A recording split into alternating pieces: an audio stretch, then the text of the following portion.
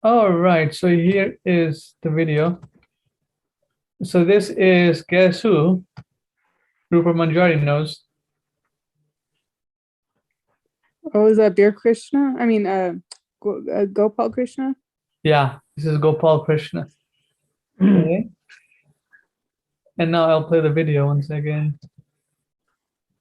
Share sound. He's in a scale and they're weighing him against books.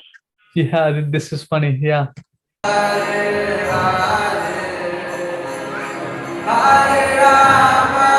मैं video कर रहा हूँ.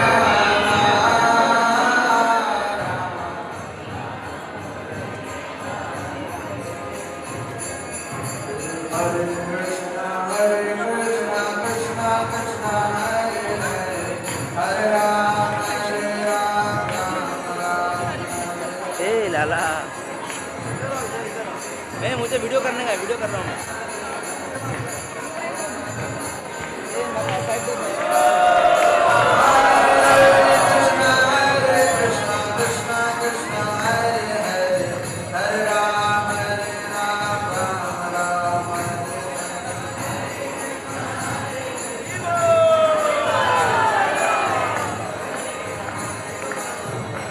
Rasbihari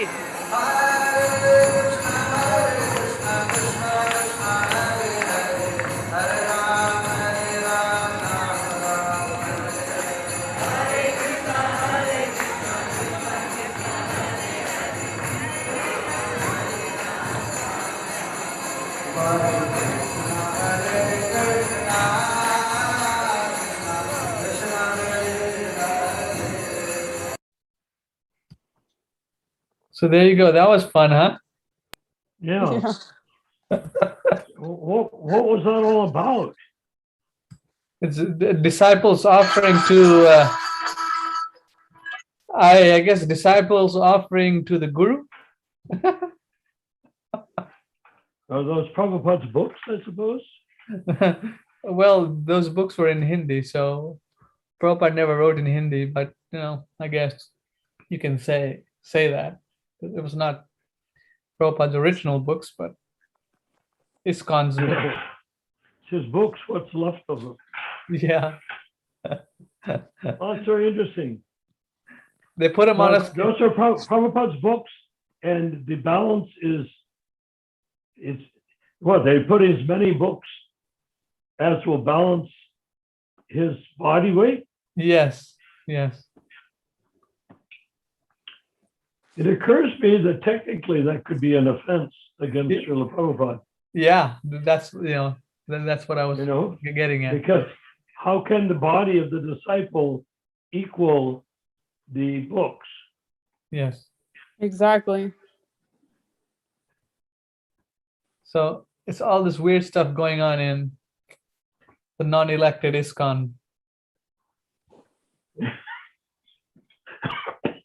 Yeah, well, the GBC elections will take place when the congregations realize that the GBC has no authority to not be elected and has absolutely no authority to appoint gurus. It's not a very big jump to realize those two things. So it's actually simple. The reason why they don't is nobody has ever presented it as a choice. They present it as what they say, fait accompli, meaning an established, already done, a done deal. So because it's a done deal, how are you going to question it? Well, another point is that people like Gopal Krishna, Vaisheshika, and these other dudes who are acting as Kanishta Adhikari initiators or less than Kanishta Adhikari initiators, they would be disempowered if this is implemented. Means they can no longer keep their positions, as some kind of tyrannical dictator. Oh, they can still keep their positions. They just would not perform any initiations. And they wouldn't sit on Vyasasan, they wouldn't be worshipped. but they could still teach from the books. They could still lead a kirtan. Isn't it a little too late for that now? They're like in their mid to late 70s now, and now they're gonna. How are they going to just? Oh, and because there's no difference between the guy giving the morning lecture and one of the Diksha gurus, is there? Supposing you go and ask you, Machandra, why don't you give the class this morning? Bhagavad Gita class. And you sit there and you give the class. And supposing Gopal Krishna comes in, gives the class. Is there any significant difference? No significant. It's Prabhupada's book. We read from Prabhupada's books, and then we and speak from the purport. Yes. Read the verse, the purport, and then read some hopefully good understanding or realization obtained from that verse in the purport. But the thing is, when you do that, that's fine. That part is fine. But how about the other part where they were acting as Diksha Gurus? That part is like, can the ISKCON people handle it? Oh, my guru, so-called Diksha Guru, which I have right now, he was not actually supposed to be a Diksha Guru. He was supposed to be a officiating Acharya or a Ritvik. Would they be able to? Yeah. That is I think it's how you put it. If you say, this is a bogus guy, get down, of course the disciples will object. But if you say, we've come to a higher realization that this is not possible yet, there was a misunderstanding that the Diksha Guru must be an Uttama Adhikari, and now we are going to work in the assumption that unless an Uttama Adhikari is manifested, that Prabhupada is the only one around to be the Uttama Adhikari. And he did say, ISKCON is my body. So that's a much more classy way of doing it. Instead of being like, oh, I made a mistake, and well, that's what they're saying, but they're saying it in a way that is not destructive. Well, you have Satsvarup and you have others sort of like begging the question of being guru. They don't have to. You said, well, we have a higher realization now that this was, and that the Uttamadhikari must be guru. I'm not an Uttamadhikari, so maybe I did think so at one time, but that was not true. I've come to the realization that I'm not. And therefore, Prabhupada is the Uttamadhikari. I initiated you. May I ask each and every one of the people that I initiated, would you rather remain my disciple, even though I'm not qualified according to what my realization is now? Or would you rather be Prabhupada's disciple, and I will bless you, benedict you, and if you like, I can reinitiate you as Prabhupada's Diksha disciple. But if I initiated you, you're automatically Prabhupada's Diksha disciple if you understand that I am not your Diksha Guru, but he is. Jai, wow. Yeah. It gives them a complete out. I'm sure Vaisheshika would not object. The whole question is, okay, then who's going to kick serious butt? Who's going to be in charge of making the devotees bow down and crawl and say Jai Gurudev and stuff like that to a living human being? What do you mean? Well, supposing Vaisheshika has a nest of people that he considers his people, right? Right. Now, if he says, I'm not the Diksha Guru, Prabhupada is, then will people still give him the type of respect or honor or obedience that they do now? That's a good question.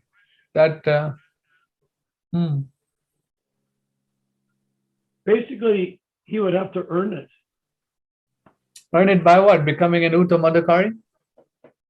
No. He would have to earn being respected, even though he's not a Diksha Guru. He has to be respected for the quality of what he does, not for the name that is attached to it. Mm-hmm. The title. I mean, why should a title make a man a guru. It's the same human being. Either he is if he's not a guru and he's a godbrother, what's the harm? Right, right. Yeah, they should transition from the false platform to the real platform that Prabhupada is the Yeah. Diksha Not Guru. even false platform, I would say more politely, mistaken platform. After all, Vaisheshika did not make the mistake of choosing to be a guru. To all, the 11 did. And it can be, is there any way to demonstrate that the 11 Ritviks were meant to become regular gurus? Is it mentioned anywhere? Did Prabhupada write it? No. What's his name? Gregory? What's his name? The Irish guy? He's not here, so we don't he's need to not worry there. about him. No, I'm not worried about him, but he was saying go back to the May 28th tape. I said, well, so what if you go back to the May 28th tape? What does it tell you? Where does Prabhupada describe the exact process by which a person becomes a bona fide successor guru, regular guru, Diksha guru? Where does he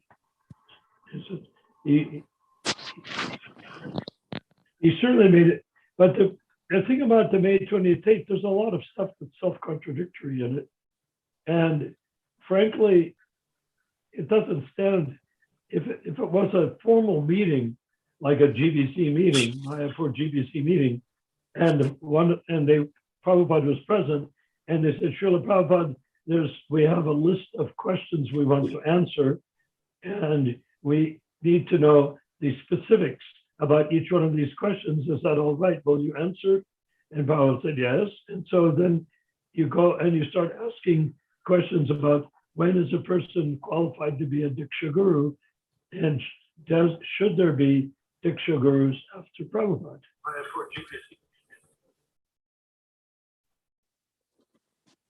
So because, as far as I can see, there was never one time that Prabhupada pointed to anyone and says, here at least is one person who will be my true successor. When did he do it? He never did it.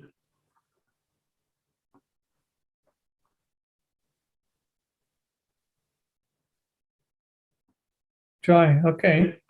And if the argument is given, well, that person will be self-manifest, like Prabhupada was self-manifested out of the Gaudiya Math.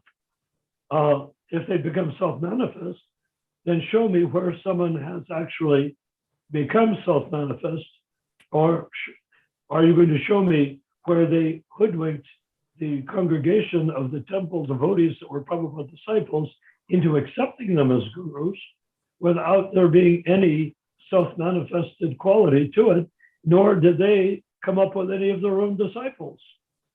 They took when they started initiating right after Prabhupada entered Samadhi, they were initiating people that were his disciples, or at least that's why they submitted their names.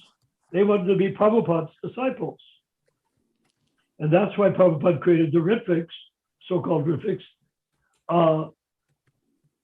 He created them so that there would be no backlog of devotees after he entered Samadhi.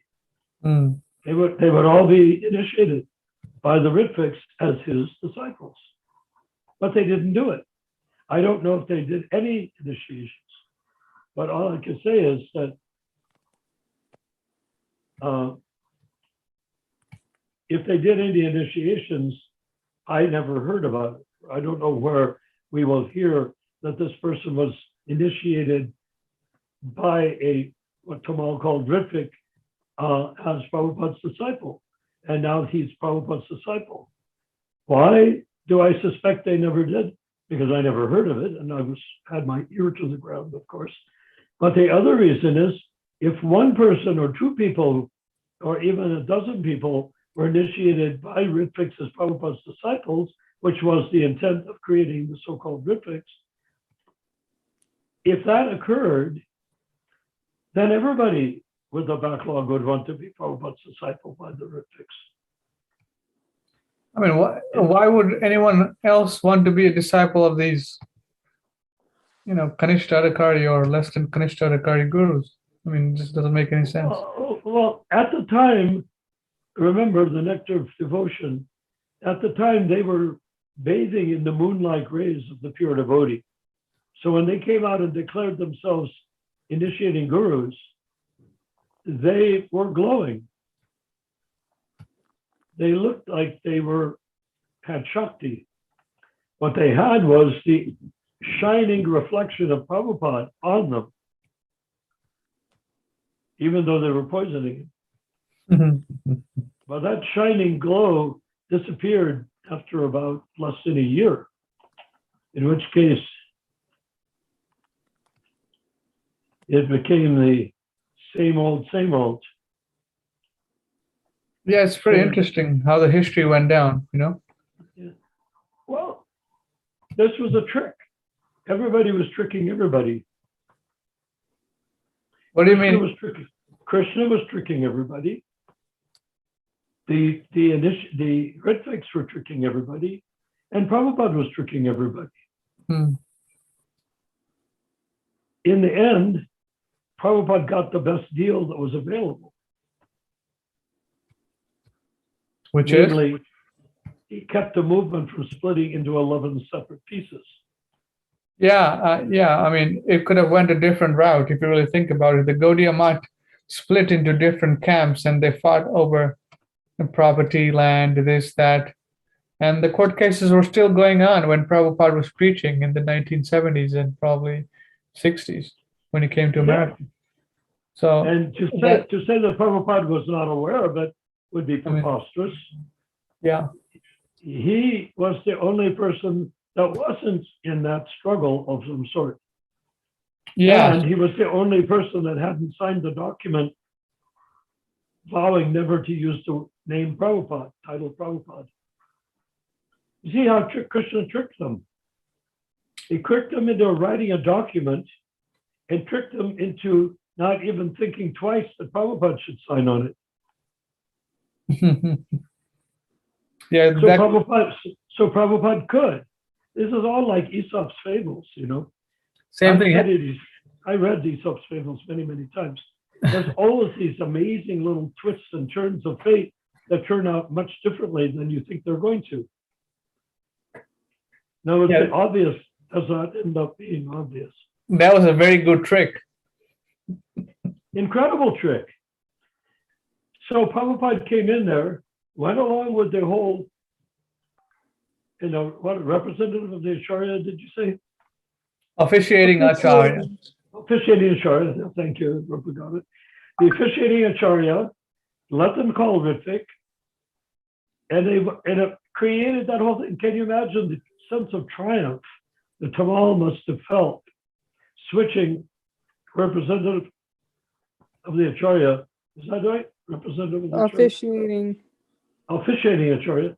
The officiating Acharya turning that into Ritvik,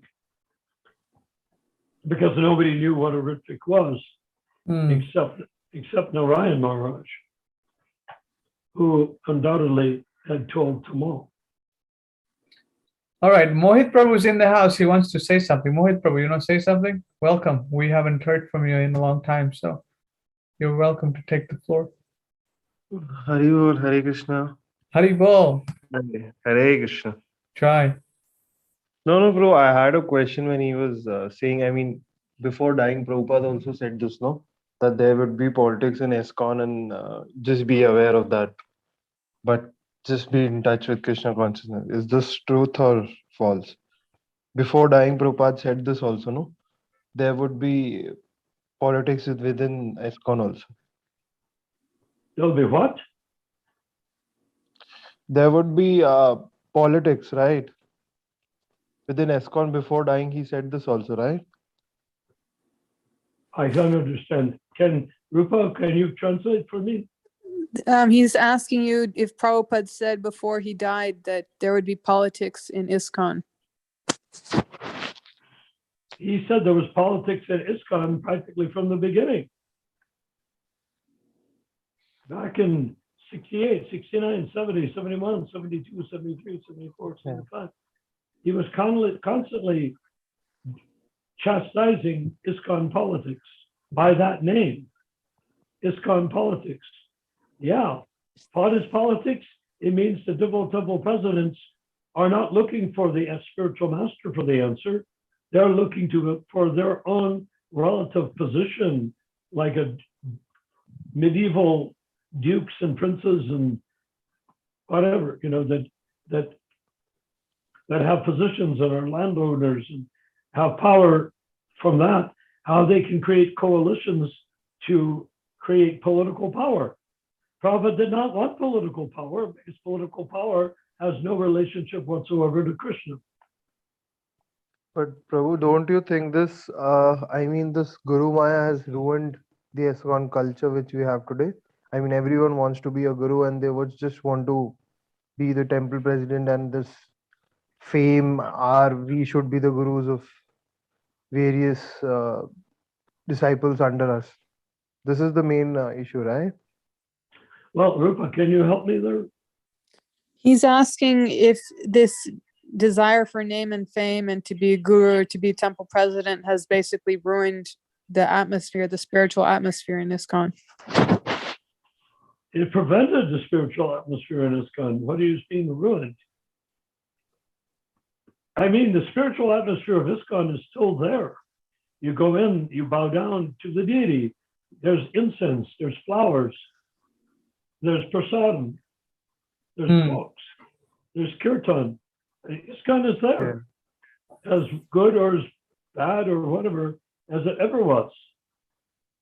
In the earlier days, we were very much observant to only chant Prabhupada's own melodies, but after a few years, then everybody began to switch to Bengali and Indian melodies.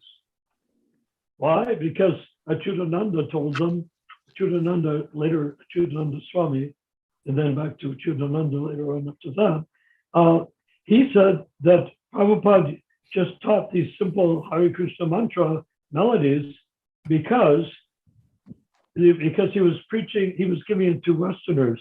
He said, but now you guys have come to India, I can teach you the bona fide melodies, Achyutananda said.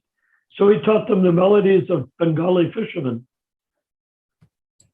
and Ramakrishna people and stuff like that, street musician kirtan.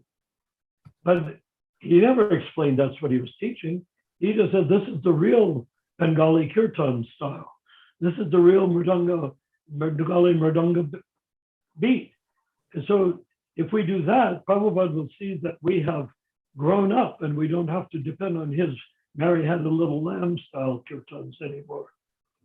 He didn't say Mary Had a Little Lamb. That was the way he was approaching it. Okay. So to answer your question very directly, Yes, very well. there was no time when there was no politics. It was there from the very start. Okay. It was there from the very start. I'm sorry? Yeah, please go ahead. Please go ahead, bro. I'm listening to you. Yeah. Please go ahead. Kirtanananda in 1966 came back from India. Prabhupada told him to go to England and preach. He went back to New York and told all the devotees to cut off their sikas and to not wear kurtas and dhotis anymore. He said that was Prabhupada's instruction. Prabhupada wrote a very severe letter. Impossible. Impossible is happening these days. How is this You may or may possible? not have read the. So then Kirtanananda and Hayagriva eloped, as it were. They were homosexual lovers. They eloped and went to West Virginia and leased some property that turned into New Vrindavan. So Prabhupada took the disaster and turned it into a mixed blessing. Yeah. But, because he created New Vrindavan out of a total offense against Prabhupada. They stole his Gita, Yeah. Right. tried to publish it in their own name. Mhm. Nobody would publish it. Yes. This is Yeah. early in the movement, not late in the movement. Prabhupada was dealing with very tricky, treacherous individuals. Yeah. And if you would like to contemplate further, these tricky individuals were tricky in their previous lives in relationship to Prabhupada also. Practically speaking, nobody in the early stages of the movement particularly could be said that they were not Prabhupada disciples of some sort in a previous birth. Okay. It just shows that when you take a pure devotee as your spiritual master, your own faults, even if your own faults would be tolerable in Karmi society, they cease to be tolerable in the association of a pure devotee. So you become pretty disgusting quickly. Okay, Mohit Prabhu, any more questions or Just anyone one else last- online? Haribol, just one last question. We have time, right? Hope it's not the sleeping time of Mataji and No, Vijay no, lots Pandit. of time. We have about 1 hour and 30 minutes. Just one last question, Haribol. Prabhu, that poison, what's your point of view on the poison thing, right? Which we have seen. That's the real thing which happened, and the poisoning happened, and Prabhupada was saying that in the next room, someone in the next room is like very envious of me, but I forgive them because this moment will last forever, right? He's spreading Krishna consciousness. So, what's your point of view on that? Yeah, I want to hear you. Can you help? He's asking about the poisoning, if it happened, and also he's asking about apparently Prabhupada said he was in a different room and he said somebody is envious of me, but that's okay. This movement will go on forever. I never heard that quote, but at the same time, Prabhupada clearly said out loud in front of the Ayurvedic doctor that had come from Calcutta, and he had been very anxious for that doctor to come from Calcutta. And he said in the room in front of everybody, many of which were the people poisoning him, he said, "Someone is poisoning me." Everybody tried to say, well, Prabhupada didn't mean poison. He meant that somebody is not bowing down properly, or, you know what I mean? No, he said, someone is poisoning me. And Tamal, who brought me into the movement, by the way, when Tamal looked at Prabhupada point blank and said, "Oh, Prabhupada, who says that you are being poisoned?" And Prabhupada replied very indirectly, "Oh, these some friends."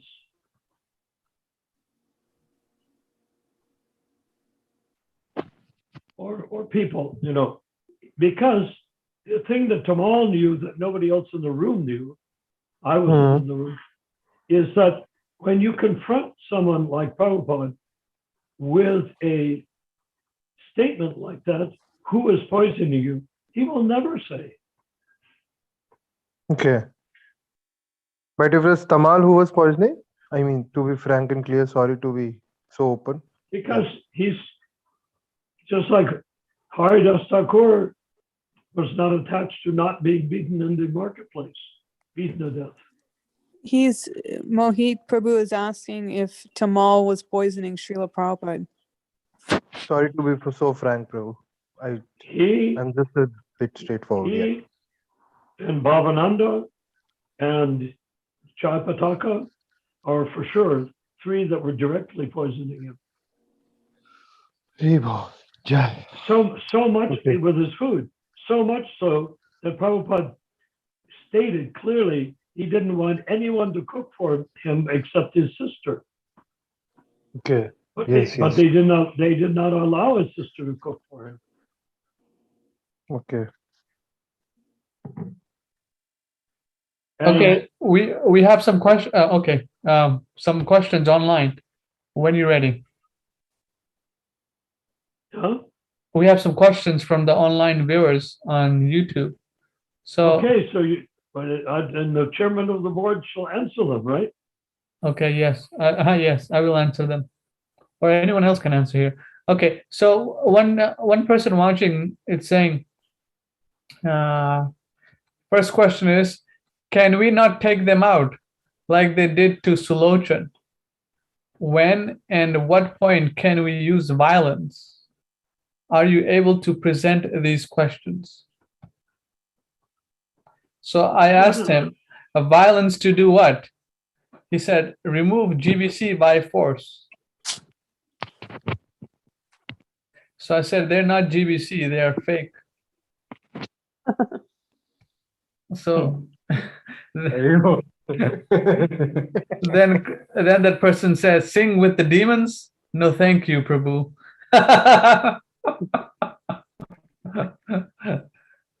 Why kill them? What would be the end result? The reaction to killing them would be worse than letting them stay there. And whoever killed them would destroy the movement by killing them. Right?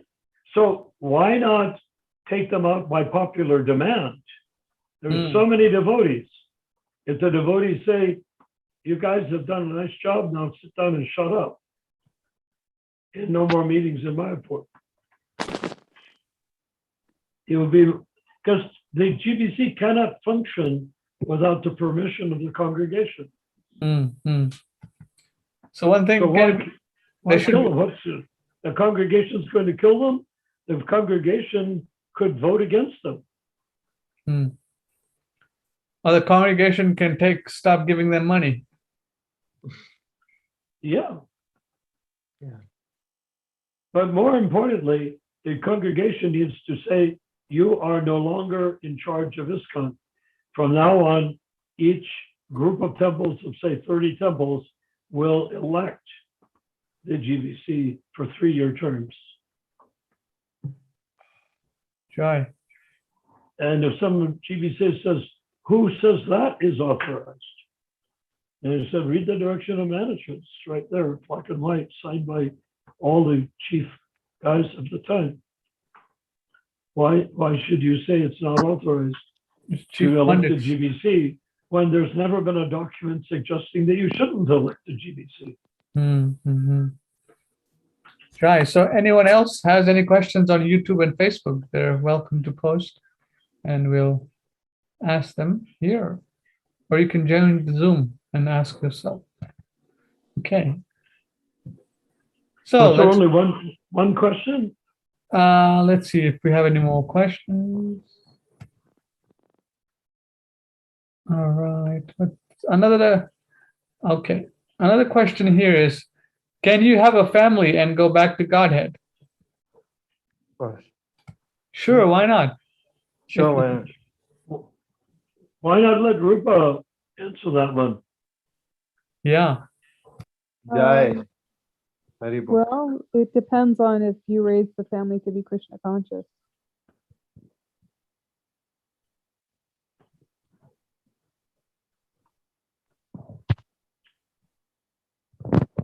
Well, what is that Krishna consciousness? Grihastha life. Just explain the Grihastha life, Hari Bol. Mataji.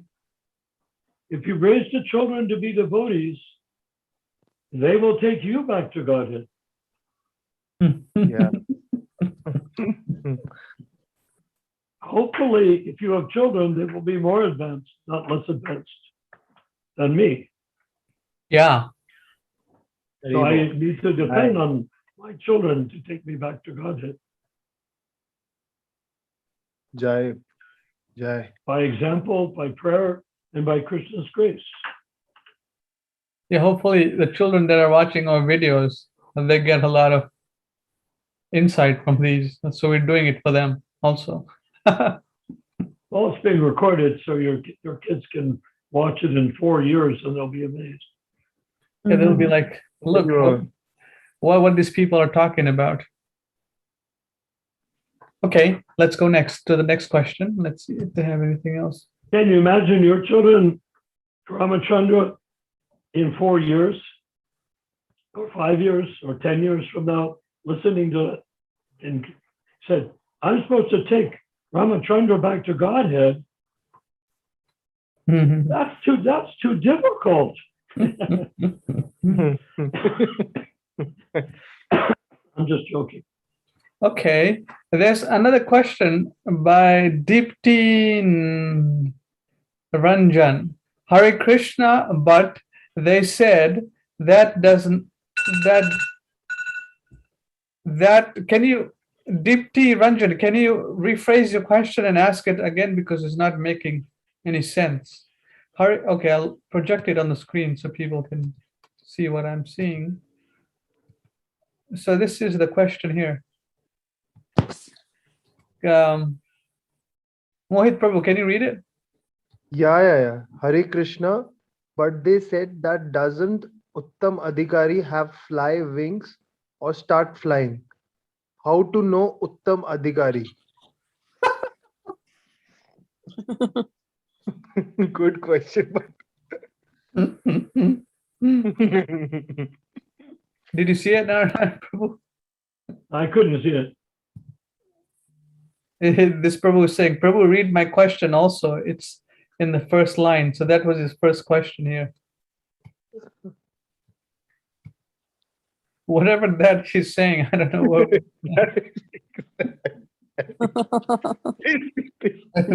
it's a joke. Point blank on target. Haribol. I think it's a joke. I don't know. It's a joke or what? Is she confused or what is going on in her mind? Deep. Laughing online. Okay. Jokes are okay, I guess. Okay. I guess we can answer one part of it. How to know an Uttamadhikari? We can answer this part. Does the Uttamadhikari have wings? Well, maybe. How to recognize an Uttamadhikari? Anyone They can have, answer. they have the ability to make unlimited numbers of disciples. Well, Jayapataka is doing that. Well, he's riding on Prabhupada's coattails. Yeah, right.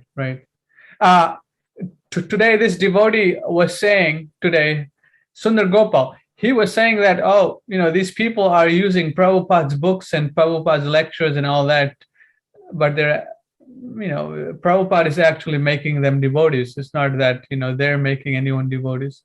It's Prabhupada's books, lectures, conversations, letters, his videos. That's why people are interested in Krishna consciousness because Exactly. of Srila Prabhupada, Acharya. So they're taking his credit. So he was saying that, Yeah. just like you said. Okay. So what's the next question? Let's see. Mohit Prabhu, any more questions or realizations want to share? Feel free. There is a question, who is Yamaraj? Oh, okay, yeah. Who's Yamaraj? Mohit Prabhu, you gotta answer that question. You gotta unmute yourself, Mohit.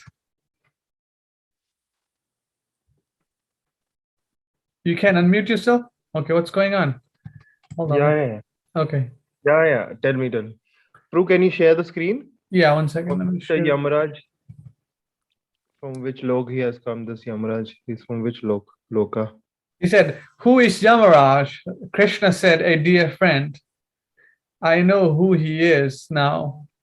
I think it was hell. Okay, I guess people are having fun online, so. All right. Okay. So any more questions here? Okay, let's see. Deepti, Mohit Prabhu, maybe you can read. Yeah, Rivol, sure. Deepti said, ISKCON people said, does Uttam Adhikari have fly wings or started flying?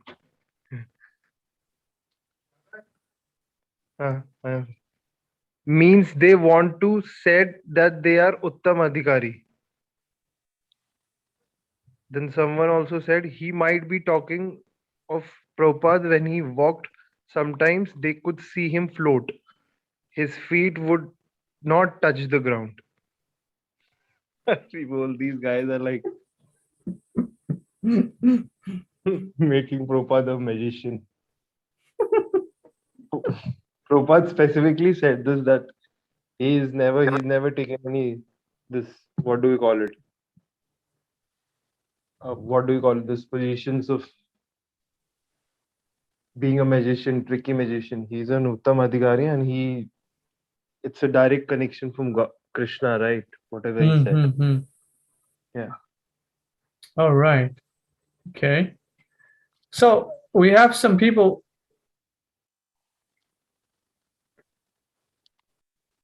Okay, let's see.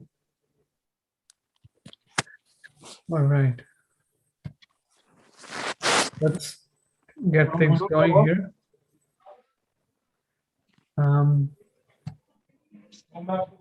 Where's Narayan Prabhu? Did someone hijack him or what? Can you hear me? Yeah, but what's going on? It's saying you're muted, but we can hear you. What's going on? You can hear me? I've been trying to say something and I cannot be heard. Oh, you're muted on the screen, but you're speaking. I don't know how's that going, but seems like it's working. Okay, but when I was trying to say something, I could not be heard. Also, the sound quality is kind of poor with you, Narayan. Uh-oh. Yeah, can you unmute yourself and speak? Because it is not showing on screen that you're unmuted. Unmuted? Yeah, and Rupert, you see him, he's muted, right? But he's still speaking. Can you see it?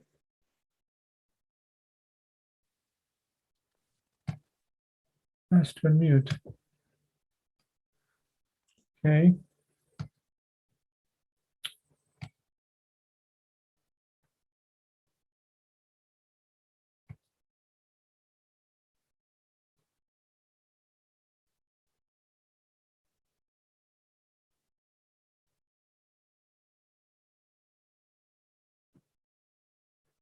All right, looks like Narayan Prabhu's out.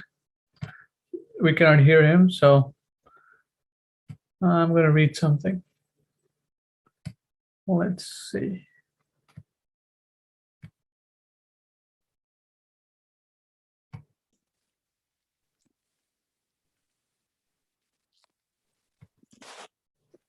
Okay, what's going on now? Narayan Prabhu, can you speak? What's going on? Can you log out and log back in? We'll have to take your permission always. Where you go? Okay, allow participants to unmute themselves. Okay.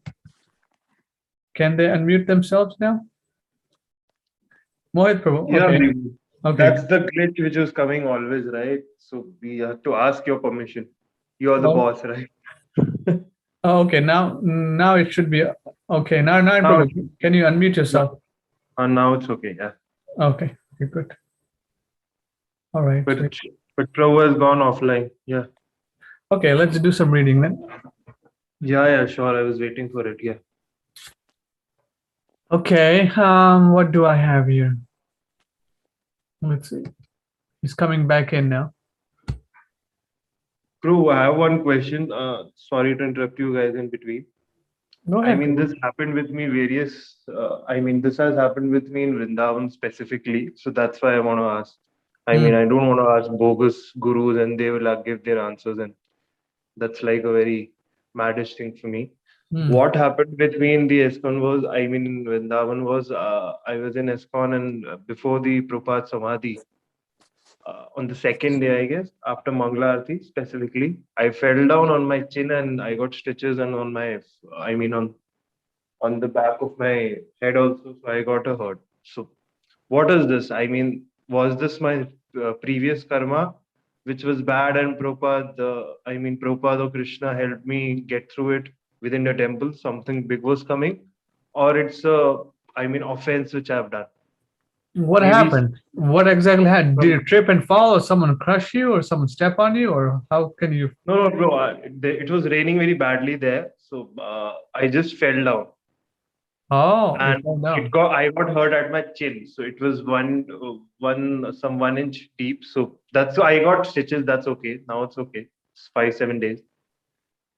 It's skin, bro. It gets filled up, right? These things don't. But the question in my mind is like, was that an offense which I have done with devotee? Because in Indian proverbs they say that Well, if you fallen through well, your face, that's an offense which you've done, or it's my previous karma which has come back. And well, whatever, Prabhupada, yeah, whatever it was, you got taken care of it, right? So why are you worried now? If yeah, it, yeah. So if it was an offense, let's take it as an offense. Or if it was a previous karma, well, that's been dealt with. So, right? no, offense. Is it an offense? That's the real one. But whatever it was, it got rectified, right? You got some reaction to it, and then you had it, taken care of. Yeah, So, yeah, yeah. so whatever it was, offense, bad karma, whatever. I mean, you dealt with it, Okay. None. Got it. Yeah. Is Narayan back in the room? He is, but I don't know what's going on. He's like turning on and off.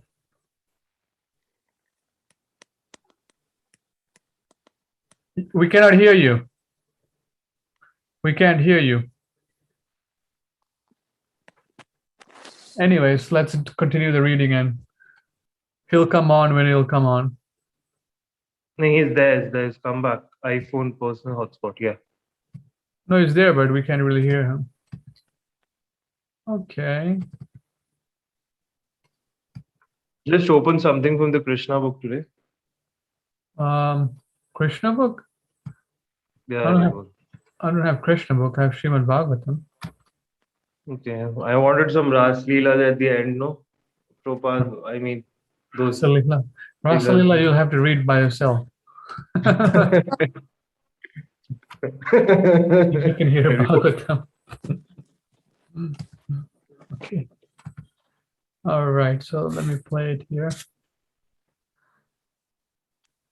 All right, Srimad Bhagavatam, Canto 1. 0.7121. What was it? All right, let's see. Let me share my screen. All right. So I'm missing that Jaya Radha Madhav from Krishna, Prabhupada's mouth, right? Which we start before the Bhagavatam class. That's like from another planet, right? Feels like from Vaikuntha directly, right? Can you play that before this? Sure, you want to play it? Okay. Well, sure, why not? I'll play that. Okay, let me- Jaya Radha Madhava Kunja Vihara. Okay. Krishna Prabhupada, Jai Radha Madhava. Okay.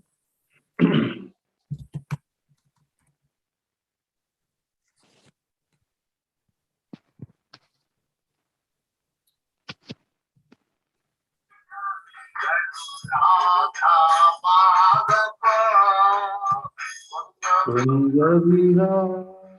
Yeah, Prabhu, go ahead, please.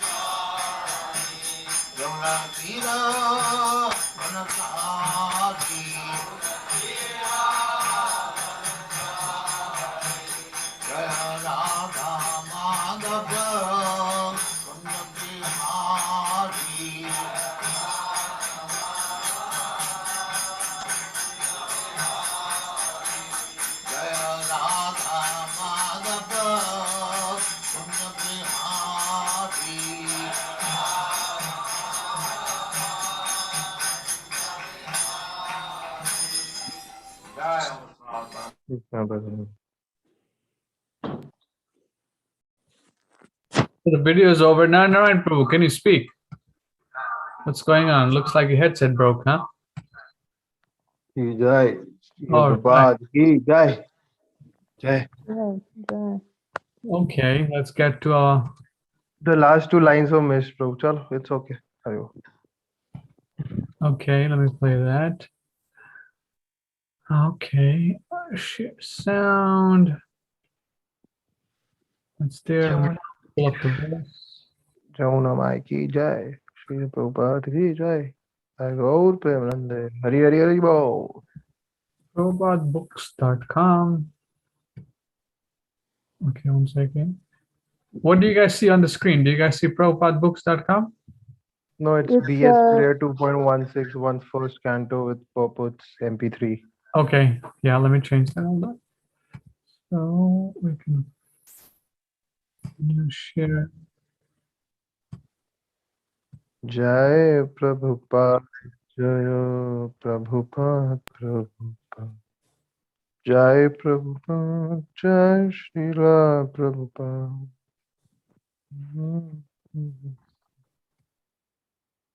Prabhupada, Prabhupada. Try this. Jai Prabhupada. One. Can you guys hear? 1. Questions by the sages. Questions by the sages. Do you guys hear? Verse 1. Yeah. O my Lord, Sri Krishna, Son of Vasudeva, O all-pervading personality of Godhead, I offer my respectful obeisances unto you. I meditate upon Lord Sri Krishna because he is the absolute truth and the primeval cause of all causes of the creation, sustenance, and destruction of the manifested universes.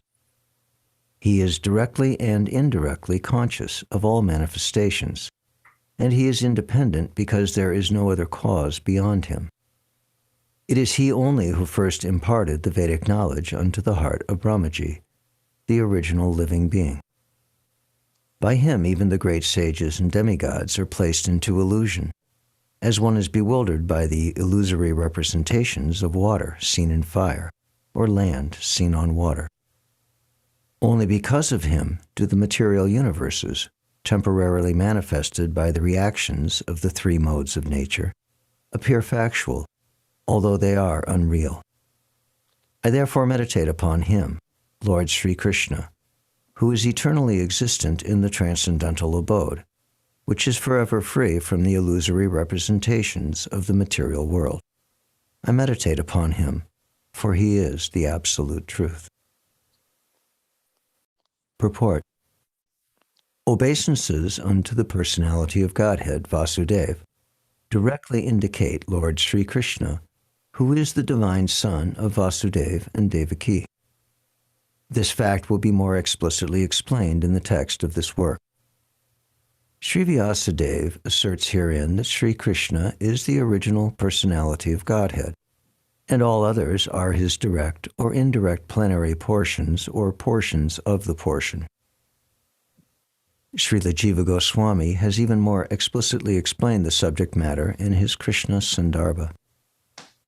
And Brahma, the original living being, has explained the subject of Sri Krishna substantially in his treatise named Brahma Samhita. In the Samaveda Upanishad, it is also stated that Lord Sri Krishna is the divine son of Devaki. Therefore, in this prayer, the first proposition holds that Lord Sri Krishna is the primeval Lord, and if any transcendental nomenclature is to be understood as belonging to the absolute personality of Godhead, it must be the name indicated by the word Krishna, which means the all-attractive. In Bhagavad Gita, in many places, the Lord asserts himself to be the original personality of Godhead, and this is confirmed by Arjuna, and also by great sages like Narada, Vyas, and many others. In the Padma Purana, it is also stated that out of the innumerable names of the Lord, the name of Krishna is the principal one.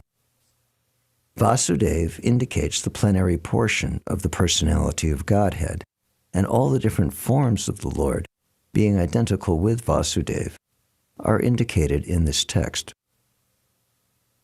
The name Vasudeva particularly indicates the divine son of Vasudeva and Devaki. Sri Krishna is always meditated upon by the Paramahansas, who are the perfected ones among those in the renounced order of life.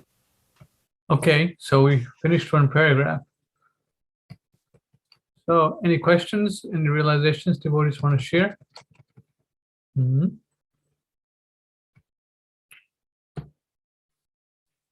Who's on? Let's see.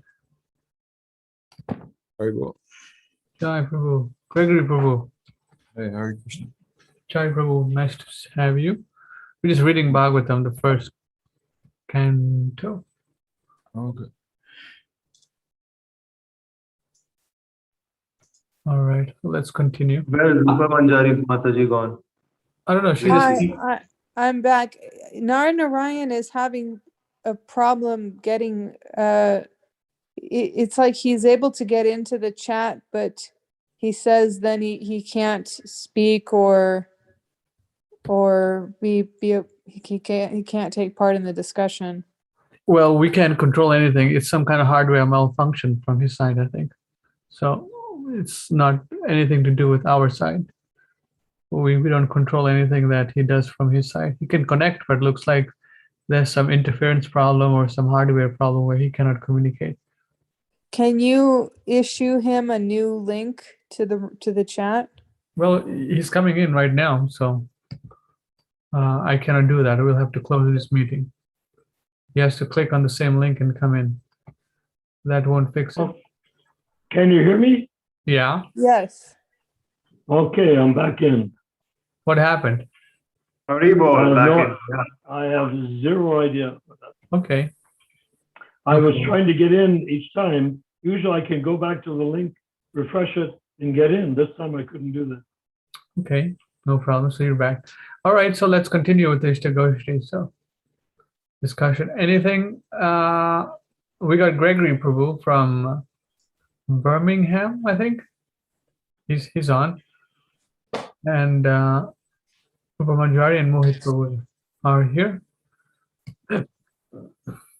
Okay.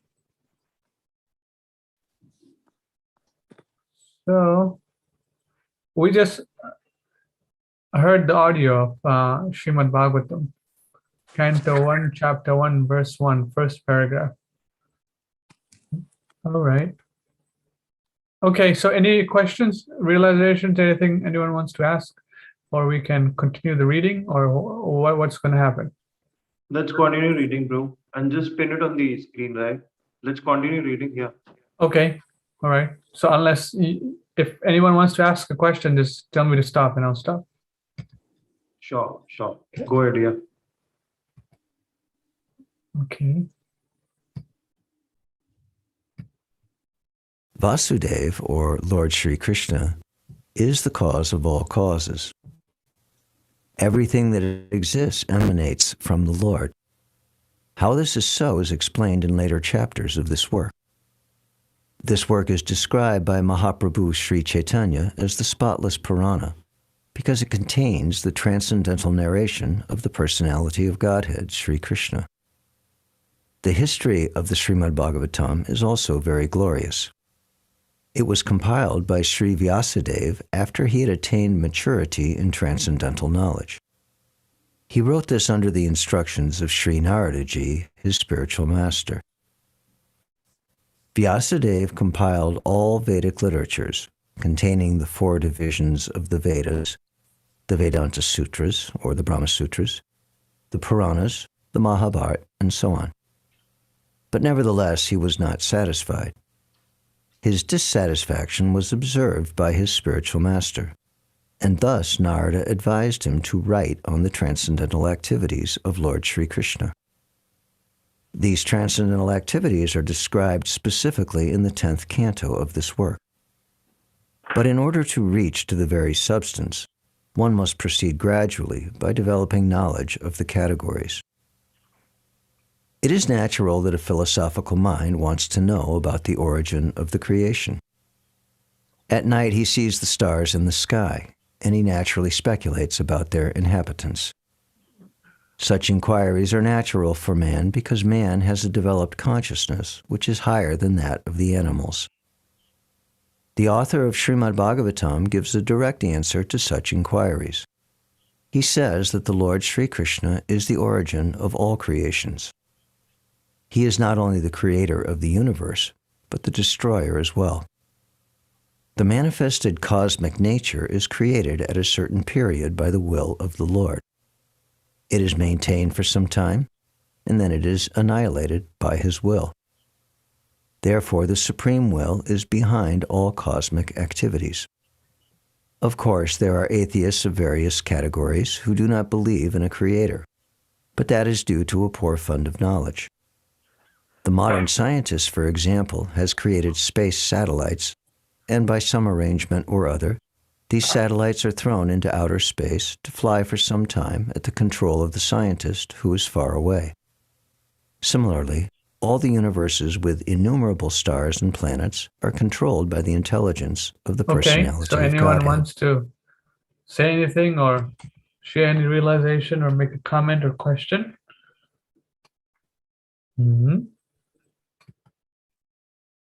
Pretty self-explanatory, no? Yeah. Okay, let's continue.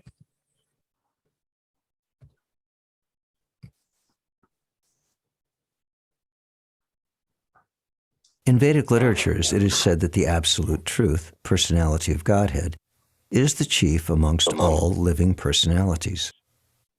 All living beings, beginning from the first created being, Brahma, down to the smallest ant, are individual living beings. And above Brahma, there are even other living beings with individual capacities, and the personality of Godhead is also a similar living being. And he is an individual, as are the other living beings. But the Supreme Lord, or the Supreme Living Being, has the greatest intelligence, and he possesses supremmost inconceivable energies of all different varieties. If a man's brain can produce a space satellite, one can very easily imagine how brains higher than man can produce similarly wonderful things which are far superior. The reasonable person will easily accept this argument, but there are stubborn atheists who would never agree. Srila Vyasadeva, however, at once accepts the Supreme Intelligence as the Parameshwar. He offers his respectful obeisances unto the Supreme Intelligence, addressed as the Para, or the Parameshwar, or the Supreme Personality of Godhead. And that Parameshwar is Sri Krishna, as admitted in Bhagavad Gita and other scriptures delivered by Sri Vyasadeva, and specifically in this Srimad Bhagavatam. In Bhagavad Gita, the Lord says that there is no other Paratattva, or Samam Bonam, than himself. Therefore, Sri Vyasadeva at once worships the Paratattva, Sri Krishna, whose transcendental activities are described in the 10th canto. Unscrupulous persons go immediately to the 10th canto, and especially to the 5 chapters which describe the Lord's That rasa answers your dance. question, Mohit Prabhu. You were talking about this today, right? 10th canto. Yes, very good. Got it. Okay. This portion of the Srimad Bhagavatam is the most confidential part of this great literature. Unless one is thoroughly accomplished in the transcendental knowledge of the Lord, one is sure to misunderstand the Lord's worshipable transcendental pastimes called rasa dance and his love affairs with the gopis. This subject matter is highly spiritual, and only the liberated persons who have gradually attained to the stage of Paramahansa can transcendentally relish this rasa dance. Srila Vyasadeva therefore gives the reader the chance to gradually develop spiritual realization before actually relishing the essence of the pastimes of the Lord. Therefore, he purposely invokes a Gayatri Mantra, Dhimahi. This Gayatri Mantra is meant for spiritually advanced people. When one is successful in chanting the Gayatri Mantra, he can enter into the transcendental position of the Lord. One must therefore acquire Brahminical qualities or be perfectly situated in the quality of goodness in order to chant the Gayatri Mantra successfully and then attain to the stage of transcendentally realizing the Lord, his name, his fame, his qualities, Okay. and so on. So one paragraph is done. Any discussions, questions, or we move on? Okay, let's move on then. Mahaprabhu is here. So thank you very much, Mahaprabhu, for joining. We're reading this book called the Shrimad Bhagavatam. So if you want to ask any questions, you can tell us and we'll pause and then we can continue. Is Mahaprabhu here or no? Hari Bol. Oh, Hari okay, Bol, you're Hari here. Krishna. Jai, Mahaprabhu, okay. Hari Bol. All right, Mahaprabhu. I'm on the freeway. I'll be listening in. Jai. I'll be listening in. I'm on the freeway. Okay, great. So let's continue then. Thank you. Srimad Bhagavatam is the narration of the Swarup of the Lord manifested by his internal potency. And this potency is distinguished from the external potency which has manifested the cosmic world, which is within our experience. Srila Vyasadeva makes a clear distinction between the two in this shloka.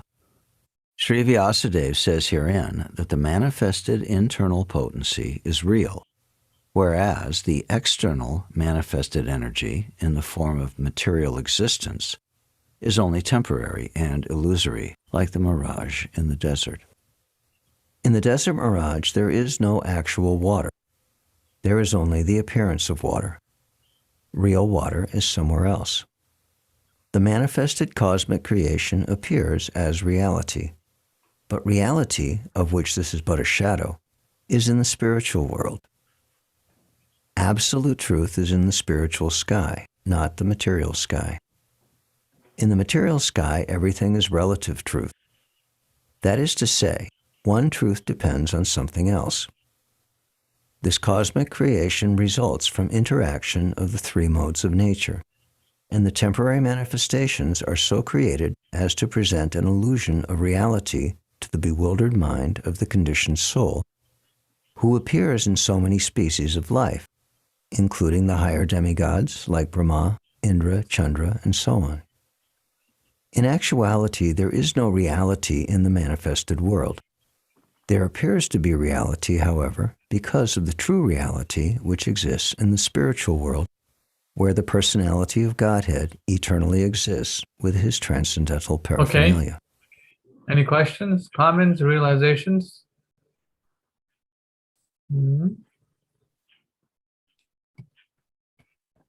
Okay, let's move on then.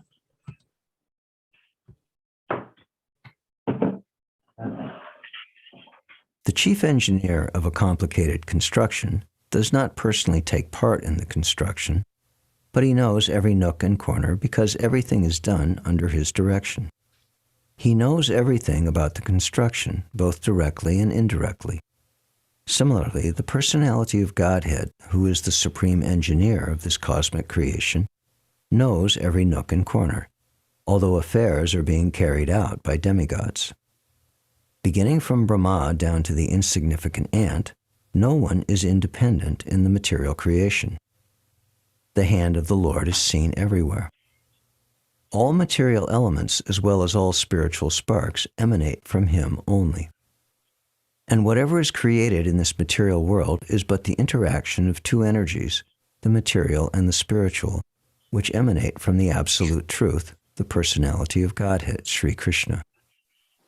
A chemist can manufacture water in the chemical laboratory by mixing hydrogen and oxygen. But in reality, the living entity works in the laboratory under the direction of the Supreme Lord. And the materials with which he works are also supplied by the Lord. The Lord knows everything directly and indirectly, and he is cognizant of all minute details, and he is fully independent. He is compared to a mine of gold, and the cosmic creations in so many different forms are compared to objects made from the gold, such as gold rings, necklaces, and so on. The gold ring and the gold necklace are qualitatively one with the gold in the mine, but quantitatively the gold in the mine is different. Therefore, the absolute truth is simultaneously one and different. Nothing is absolutely equal with the absolute truth, but at the same time, nothing is independent of the absolute truth. Conditioned souls, beginning from Brahma, who engineers the entire universe, down to the insignificant ant, are all creating, but none of them are independent of the Supreme Lord. The materialist wrongly thinks that there is no creator other than his own self. This is called Maya, or illusion. Because of his poor fund of knowledge, the materialist cannot see beyond the purview of his imperfect senses, and thus he thinks that matter automatically takes its own shape without the aid of a superior intelligence.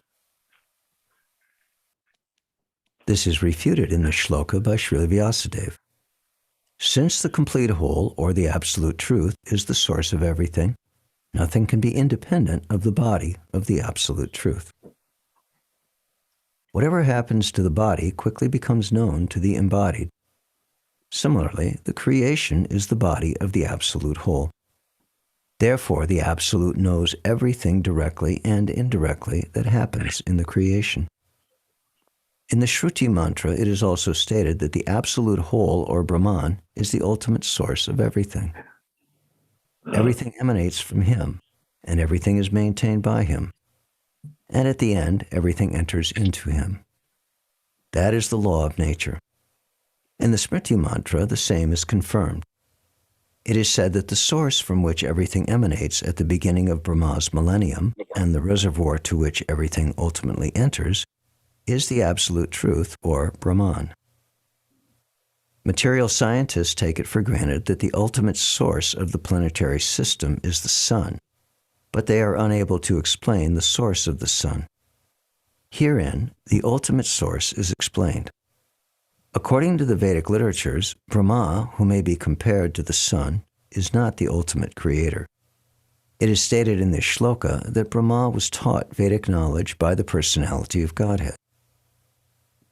One may argue that Brahma, being the original living being, could not be inspired because there was no other being living at that time. Herein it is stated that the Supreme Lord inspired the secondary creator, Brahma, in order that Brahma could carry out his creative functions. So, the supreme intelligence behind all creations is the absolute Godhead, Sri Krishna. In Bhagavad Gita, Lord Sri Krishna states that it is he only who superintends the creative energy, Prakriti, which constitutes the totality of matter. Therefore, Sri Vyasadeva does not worship Brahma, but the Supreme Lord, who guides Brahma in his creative activities. In this shloka, the particular words abhigya and swarat are significant. These two words distinguish the Supreme Lord from all other living entities. No other living entity is either abhigya or swarat. That is, no one is either fully cognizant or fully independent. Even Brahma has to meditate upon the Supreme Lord in order to create. Then what to speak of great scientists like Einstein? The brains of such a scientist are certainly not the products of any human being. Scientists cannot manufacture such a brain, and what to speak of foolish atheists who defy the authority of the Lord? Even Mayavadi impersonalists who flatter themselves that they can become one with the Lord are neither Abhigya or Swarat. Such impersonalists undergo severe austerities to acquire knowledge to become one with the Lord. But ultimately they become dependent on some rich disciple who supplies them with money to build monasteries and temples. Atheists like Ravana or Hiranyakashipu had to undergo severe penances before they could flout the authority of the Lord. But ultimately, they were rendered helpless and could not save themselves when the Lord appeared before them as cruel death. This is also the case with the modern atheists who also dare to flout the authority of the Lord. Such atheists will be dealt with similarly, for history repeats itself. Whenever men neglect the authority of the Lord, nature and her laws are there to penalize them. This is confirmed in Bhagavad Gita in the well-known verse, Yada yada hi dharmasya glani. Whenever there is a decline of dharma and a rise of adharma, O Arjuna, then I incarnate myself. Haribo, Okay. Prabhu. Jai, okay. Go ahead, Gregory Yeah. Prabhu. Oh, hey, Prabhu. Yeah. Which verse is this exactly? Actually, I don't know where it is. Here, Um, here, 4-7. Oh, it's Canto 4, is it? No, Bhagavad Gita 4. Oh, 4-7. Okay, okay. Yeah, the last bit there was interesting. You're saying wherever there's a decline of religious principles, of Dharma and a rise of Dharma, O Arjuna, then I incarnate myself. So it's an interesting statement, like, because it also works in the sense of like whenever anything goes wrong in life, people often say, "Where is God?" They often ask people like, where is God and why is God not sorting it out? But when it gets bad enough, he always comes, because I remember a verse in the Bible and it said that God never puts people through things that they cannot tolerate, because he orders them to tolerate. So he has to come and stop it before it becomes too intolerable. So yeah, there has to be a point where everything bad comes to an end if it's too much, you know. Yeah. Have you been reading this for long, or is it a long purport? Or Which one? this. Oh, this is an hour and 30 minutes. So we got in 19 minutes already. Oh, okay. Are you planning on doing this for the whole session? No, because no one had any questions or anything like that or discussion material. So I thought, why not just read? Oh, okay. Yeah, I brought something with me to discuss, actually. Okay, sure. Let's stop this. Then let's continue there. Oh, okay. Yeah. Yeah. Sure. So, yeah, well, like we were discussing on the subject. You want to take the screen, or you want to project something? I'll give it the host. Yeah. If you give me the thing, I'll share something in a minute. Okay. I'll make host. All right. So now you're the host. Sure, Joy. So, yeah, so we were discussing for the past weeks and months even Guru Tattva, and like Narayan Prabhu, you were there, and you were saying to us that, like, in the May 28th conversation, when Prabhupada said that he was like to give them some sort of position or whatever he was doing, you were saying that for someone to act as a Shiksha guru on behalf of Prabhupada, they would have to be a liberated soul. Yes. Yeah. So, like, even if they're acting on behalf of Prabhupada, you're saying they must be liberated. And this is no. That's not true. You are also acting on behalf of Prabhupada. Anything you are saying, referring to Prabhupada, discussing his philosophy, discussing the Shastra that he compiled and delivered to all of us. Anybody taking part in any of that is acting in behalf of Prabhupada. But That I is was a very saying- clear distinction. But I was saying to you that as good as pure, this verse about being as good as pure, as long as Yes, somebody, as good as pure. But- We've gone over this so many times. As good as pure means if Prabhupada's Krishna is God, and I say Krishna is God, that's as good as pure. I may not be pure, but what I say is pure because it does not differ from what Prabhupada, who is pure, said. yeah. So I You said see, to, that is the actual meaning. To go and try to scramble it into something else is not very helpful because that's not what it means. When a person is in a class, he reads from the Bhagavatam or the Bhagavad Gita, he delivers that Bhagavad Gita.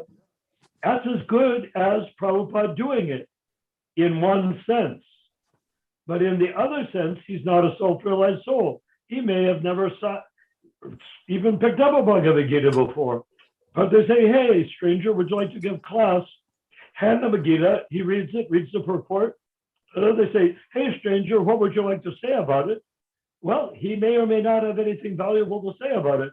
But insofar as he reads the verse, reads the purport, that's not different than Prabhupada. That is what Prabhupada means. And we should not stray from that meaning by trying to turn it into something convoluted, which it isn't. no, but there's Okay. another meaning above that, above a stranger walking in and simply repeating something. He was saying that as long as one strictly follows the master, his work is as good as the master. Like as good as pure. So you're This- telling me that you can follow Prabhupada Prabhupada is a descendant from Krishna Loka. Do we agree on that point? Yeah. Okay. And if you follow Prabhupada, is that as good as Prabhupada who descended from Krishna Loka?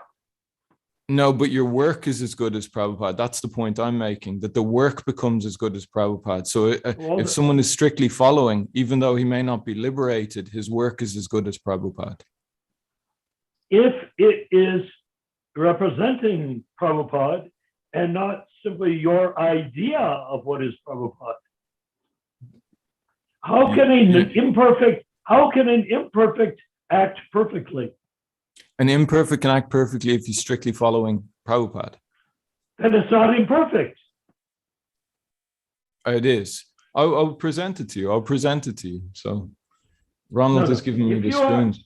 So I if will you present are- to you where you're wrong. I will show you in Prabhupada's words where you're wrong. Oh, thank you. I will do it right now because you've been saying this to me for like a long time and I haven't like. Okay, well, go ahead. I in my sense, would rather prove where you are right by you being right. And you want to prove me wrong, whether Well, it's I'm the wrong or same not. thing. If I because we're saying something that's a discrepancy in the scripture, there's a right and a wrong, and like it doesn't make a difference whether one is right or one is wrong. It's not a competition because Prabhupada's the only one we're supposed to represent. So I'm not representing myself, and nobody else should be representing themselves either. We should represent Prabhupada. Exactly. That's the Shastra. But so it's take not a into case account, of. I was in classes after classes where Prabhupada went over these points and distinguished them, and now you're coming along and giving a different meaning to it. So I'm now not go giving ahead, you a give different. it Your opinion is it's a different meaning, but I can say I I'm can giving present the something. opinion which I heard Prabhupada say in classes many times over. And I'm But giving the you- opinion that I'm seeing Prabhupada written in things that are written and Okay, recorded now- by present it. So Prabhupada. now- Present it. Okay, Present go it, ahead. please. That's good. Give that opinion and let's see what it is. Sure. One more, Haribol, one more thing. Your Ram opinion Chandra ji. of the opinion. Okay, go ahead. What's going on? Mohit Prabhu. Just before this, Prabhu also said, Gregory Prabhu said something that we can deplete bad karmas, right? And good karmas can come. So, what do you think, Gregory Prabhu? Bad karmas can be removed? What do you mean, Prabhu? So this, Good karma and bad karma can be No. removed. Do you mean by the gurus? Like who is? Yeah, no, yeah, yeah. he's representing Prabhupada, so the karma is coming. The karma is being taken away by Prabhupada. If someone is strictly following all Prabhupada, karma. I'm saying All karma. I'm answering Prabhu. I'm trying to answer this Prabhu's question. Look, Prabhu, maybe I can answer your question after we read this, and we can talk about it after. Sure. I just want to know Yeah. what's in their mind. Yeah.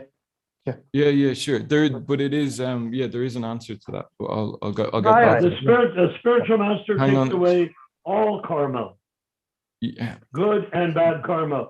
Because Okay. good karma means you're attached to goodness in the material world. Bad karma means you're attached to sinful activity in the material world. So good and bad karma are both useless for making spiritual advancement. So go ahead. I gotta leave for about 10 minutes, so you guys carry Okay. on with the discussion. I'll be back. Okay, No, Ronald. don't go away. Don't go away. You got to be here for this. Are you going or staying? leave. Okay, No, I'm staying then. Okay, go ahead. Okay, look. Gayatri, Here's can you please make your point? Here's the presentation. On the whole, this is by the way, this is a reading from a letter to Janardana, 26th April 1968. So it reads, on the whole. By the way, this is just clipped out, and the first bit of Go ahead. It's about Bon Maharaj. On the whole, you may know that he is not a liberated person, and therefore he cannot initiate any person to Krishna consciousness. It requires special spiritual benediction from higher authorities. The statement of Thakur Bhakti Vinod are as good as scriptures because he is a liberated person. Generally, the spiritual master comes from this group of such eternal associates of the Lord, but anyone who follows the principles of such ever liberated persons is as good as one in the above mentioned group. The gurus from nature's study are accepted as such on the principle that the elevated person in Krishna consciousness does not accept anyone as a disciple, but he accepts everyone as an expansion of his guru. That is a very high position called Mahabhagavat. Just like Radharani sometimes thinks a subordinate of hers as her teacher to understand devotion of Krishna. A person who is liberated acharya and guru cannot commit any mistake, but there are persons who are less qualified or not liberated, but still can act as guru and acharya by strictly following the disciplic succession. It is the injunction of the Shastras that anyone who sees the deity in the temple as made of wood or stone, or considers the acharyas and gurus as ordinary common men, and discriminates Vaishnavas or devotees as belonging to a certain group or caste, are called hellish. Your question about Bon Maharaj in relation with his disciple is very intelligent and intricate, and we shall discuss at long when we meet. So this verse is clearly stating that less qualified people who are not liberated can still act as guru and acharya by following strictly the principles in the disciplic succession. And the nature of that is further explained in a verse from the Shrimad Bhagavatam. And it states that this is Canto 4, Chapter 18, verse 5. And the translation states that a foolish person who manufactures his own ways and means through mental speculation and does not recognize the authorities of the sages who lay down unimpeachable directions is simply unsuccessful again and again in his attempts. The purport reads, at the present moment, it has become fashionable to disobey the unimpeachable directions given by the acharyas and liberated souls of the past. Presently, people are so fallen that they cannot distinguish between a liberated soul and a conditioned soul. A conditioned soul is hampered by 4 defects. He is sure to commit mistakes. He is sure to become illusioned. He has a tendency to cheat others, and his senses are imperfect. Consequently, we have to take direction from liberated persons. This Krishna conscious movement directly receives instructions from the Supreme Personality of Godhead via persons who are strictly following his instructions. Although a follower may not be a liberated person, if he follows the Supreme Liberated Personality of Godhead, his actions are naturally liberated from the contamination of the material nature. Lord Chaitanya therefore says, by my order, you may become a spiritual master. one can immediately become a spiritual master by having full faith in the transcendental words of the personality of Godhead, and by following his instructions. Materialistic men are not interested in taking directions from a liberated person, but they are very much interested in their own concocted ideas, which make them repeatedly fail in their attempts. Because the entire world is now following the imperfect directions of conditioned souls, humanity is completely bewildered. So this first verse, this first piece from the letter up here, it's stating that a person who is a liberated acharya and guru cannot commit any mistakes. But there are persons who are less qualified, are not liberated, but can still act as a guru. And that's saying it's clearly stating that a non-liberated person can act as a guru. And it's on behalf of the spiritual master, because it's only when he's following the disciplic succession. So that's clear proof of Prabhupada's intentions. So you're saying the guru can be an imperfect person? That's exactly what it says. Well, you deserve such a guru. No, because he's acting on, it's not a case of deserving, you're talking in the deserving of the negative. I know what you mean. Like you're saying, I deserve a bad guru. But if he's following the disciplic succession, then he's a good guru. So it's people who deserve good things deserve such a guru, as well as Prabhupada. Okay. But he hasn't deviated from Prabhupada, because it's saying that such a person acts by the order of Prabhupada. So he's a monitor for Prabhupada, but he's still giving the same practical result of his work. His work still gives the same practical result, but it's because he's acting on behalf of Prabhupada. Yes, but he's not acting perfectly on behalf of Prabhupada. Well, it says there that his work, like Haribol, you want to say this? We should fall down gurus. We can. No, it is not. It is not a case, Prabhu, that we should follow people who are fallen, because those people didn't follow this instruction. Prabhupada said to be a guru on my order, but they deviated from his. They didn't remain on his order. They didn't remain on his order. They deviated from his order. If you're not, wait. If Prabhu, you're trying to cut over a point. I was making a point to Prabhu that they're trying which is what? That they deviated from. Well, let me. The thing is, if you're asking me which is what, I was already making the point before you asked me. Okay, make the point. Obviously, you're a guru. Why you instructing me to make a point I was already making? Ronald Prabhu, this is Vaishnav thing of you shouldn't cut over people in a. Go ahead. So, yeah. So Prabhu. Speak. Prabhu, I'm speaking. I'm waiting for you to stop speaking so I can speak. And Ronald, I'm asking you to ask him to stop speaking. I have stopped speaking. I am listening. Okay. So, Prabhu, your question was this. It was that am I correct in saying it was addressed to me, Prabhu? Yeah. Presumably. So you want to say that? Want to say this? That fallen gurus, we should follow them? Because no. It is not a case that because if someone. Or they're in their mind, or they're showing off that they're following Prabhupada's rules and regulations. Right? No, it's not a case of showing off, because everything should be confirmed by Guru, Sadhu, and Shastra. Yeah. So if someone is not following, then it should be confirmed, because Prabhupada said you surrender not your intelligence, but you surrender by your intelligence. We'll confirm that, Prabhu. Oh, Prabhupada stated this. This is a famous quote from Prabhupada. It's that you surrender you do not surrender your intelligence, you surrender by your intelligence. So if someone is a nonsense, then he is not following strictly the disciplic succession. And it shows in time. Always the truth will come out in time, and you'll find out if someone is not following or if they're deviating from the Vani. Time frame, sorry to interrupt you in between, that time frame between his fallen down and his falling, his followers are there. So that time frame, the followers should, suffer, right? This is what not necessarily suffer. Until we get to find, right? Yeah. Well, there's a quote I have about Kirtanananda Swami, and I can present it to you now. It's the Kirtanananda Swami. Prabhupada said about Kirtanananda Swami in, I think it was 1972, in a letter. He said that Kirtanananda Swami is not. He is not following. He is not. yeah, sorry, he said as far as he knows, he's not saying anything different. It wasn't that he wasn't following, but he said the Kirtanananda was following, so you can take shiksha from him. It's a bit But confused. No, as long yeah, as a long bit as Kirtan, confused. he said as long as Kirtanananda does not deviate, then you can accept shiksha from him.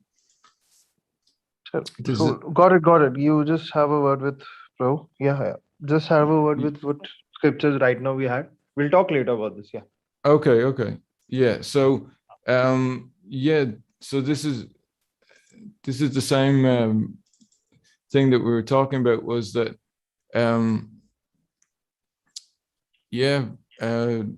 someone who is liberated, as long as they're acting on behalf of Prabhupada, then the transcendental link can go through them, and that's what he's saying there, that the work becomes as good as his work, but it's only when they're strictly following. So would you agree that the cardinal in the Catholic Church or a bishop or an abbot is, if he believes in Jesus, is as good as Jesus? Well, if he's what Prabhupada is saying there is, if someone's strictly following, like he's strictly following, and Prabhupada said the same thing himself. He said there's no problem with Christian. He said there's no problem with Christian religion. The only problem is that they do not strictly follow the orders of Lord Jesus Christ. So Prabhupada said that if they do not strictly, if they were strictly following the orders of, that's what Prabhupada said a minute ago. He said if someone thinks who is that the they're evaluator? Who evaluates? How can you measure it, Haribol? Now I can talk. The measurement. So calm down, Gregory. Who says, who determines the degree of following? Who determines the degree of following? How can we measure it, Haribol? Yeah. This is the thing. Everybody is determining the degree of following when they approach a guru. This is the thing. You cannot regulate this, because people are like, even if you preach to someone, do not go to ISKCON at the moment because the gurus are fallen. If you preach to them like that, they may not listen to you. And then if you preach to someone else, they may listen to you and take Prabhupada. So this is naturally going on already. This is not something you can really regulate, but it should be assessed based on the scriptures and based on people's sincerity. Krishna grants people intelligence to choose a good guru.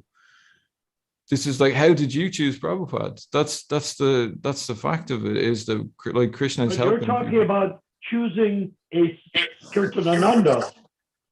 I'm not talking about choosing Kirtanananda, because I was saying that there's a quote from Prabhupada. I already stated there was a quote from Prabhupada that said that you can take shiksha from Kirtanananda because he does not appear to be saying anything different to me. Active homosexual. But the inference of that quote is that because if he deviates from what Prabhupada is saying, then he can be rejected. How are you going to know?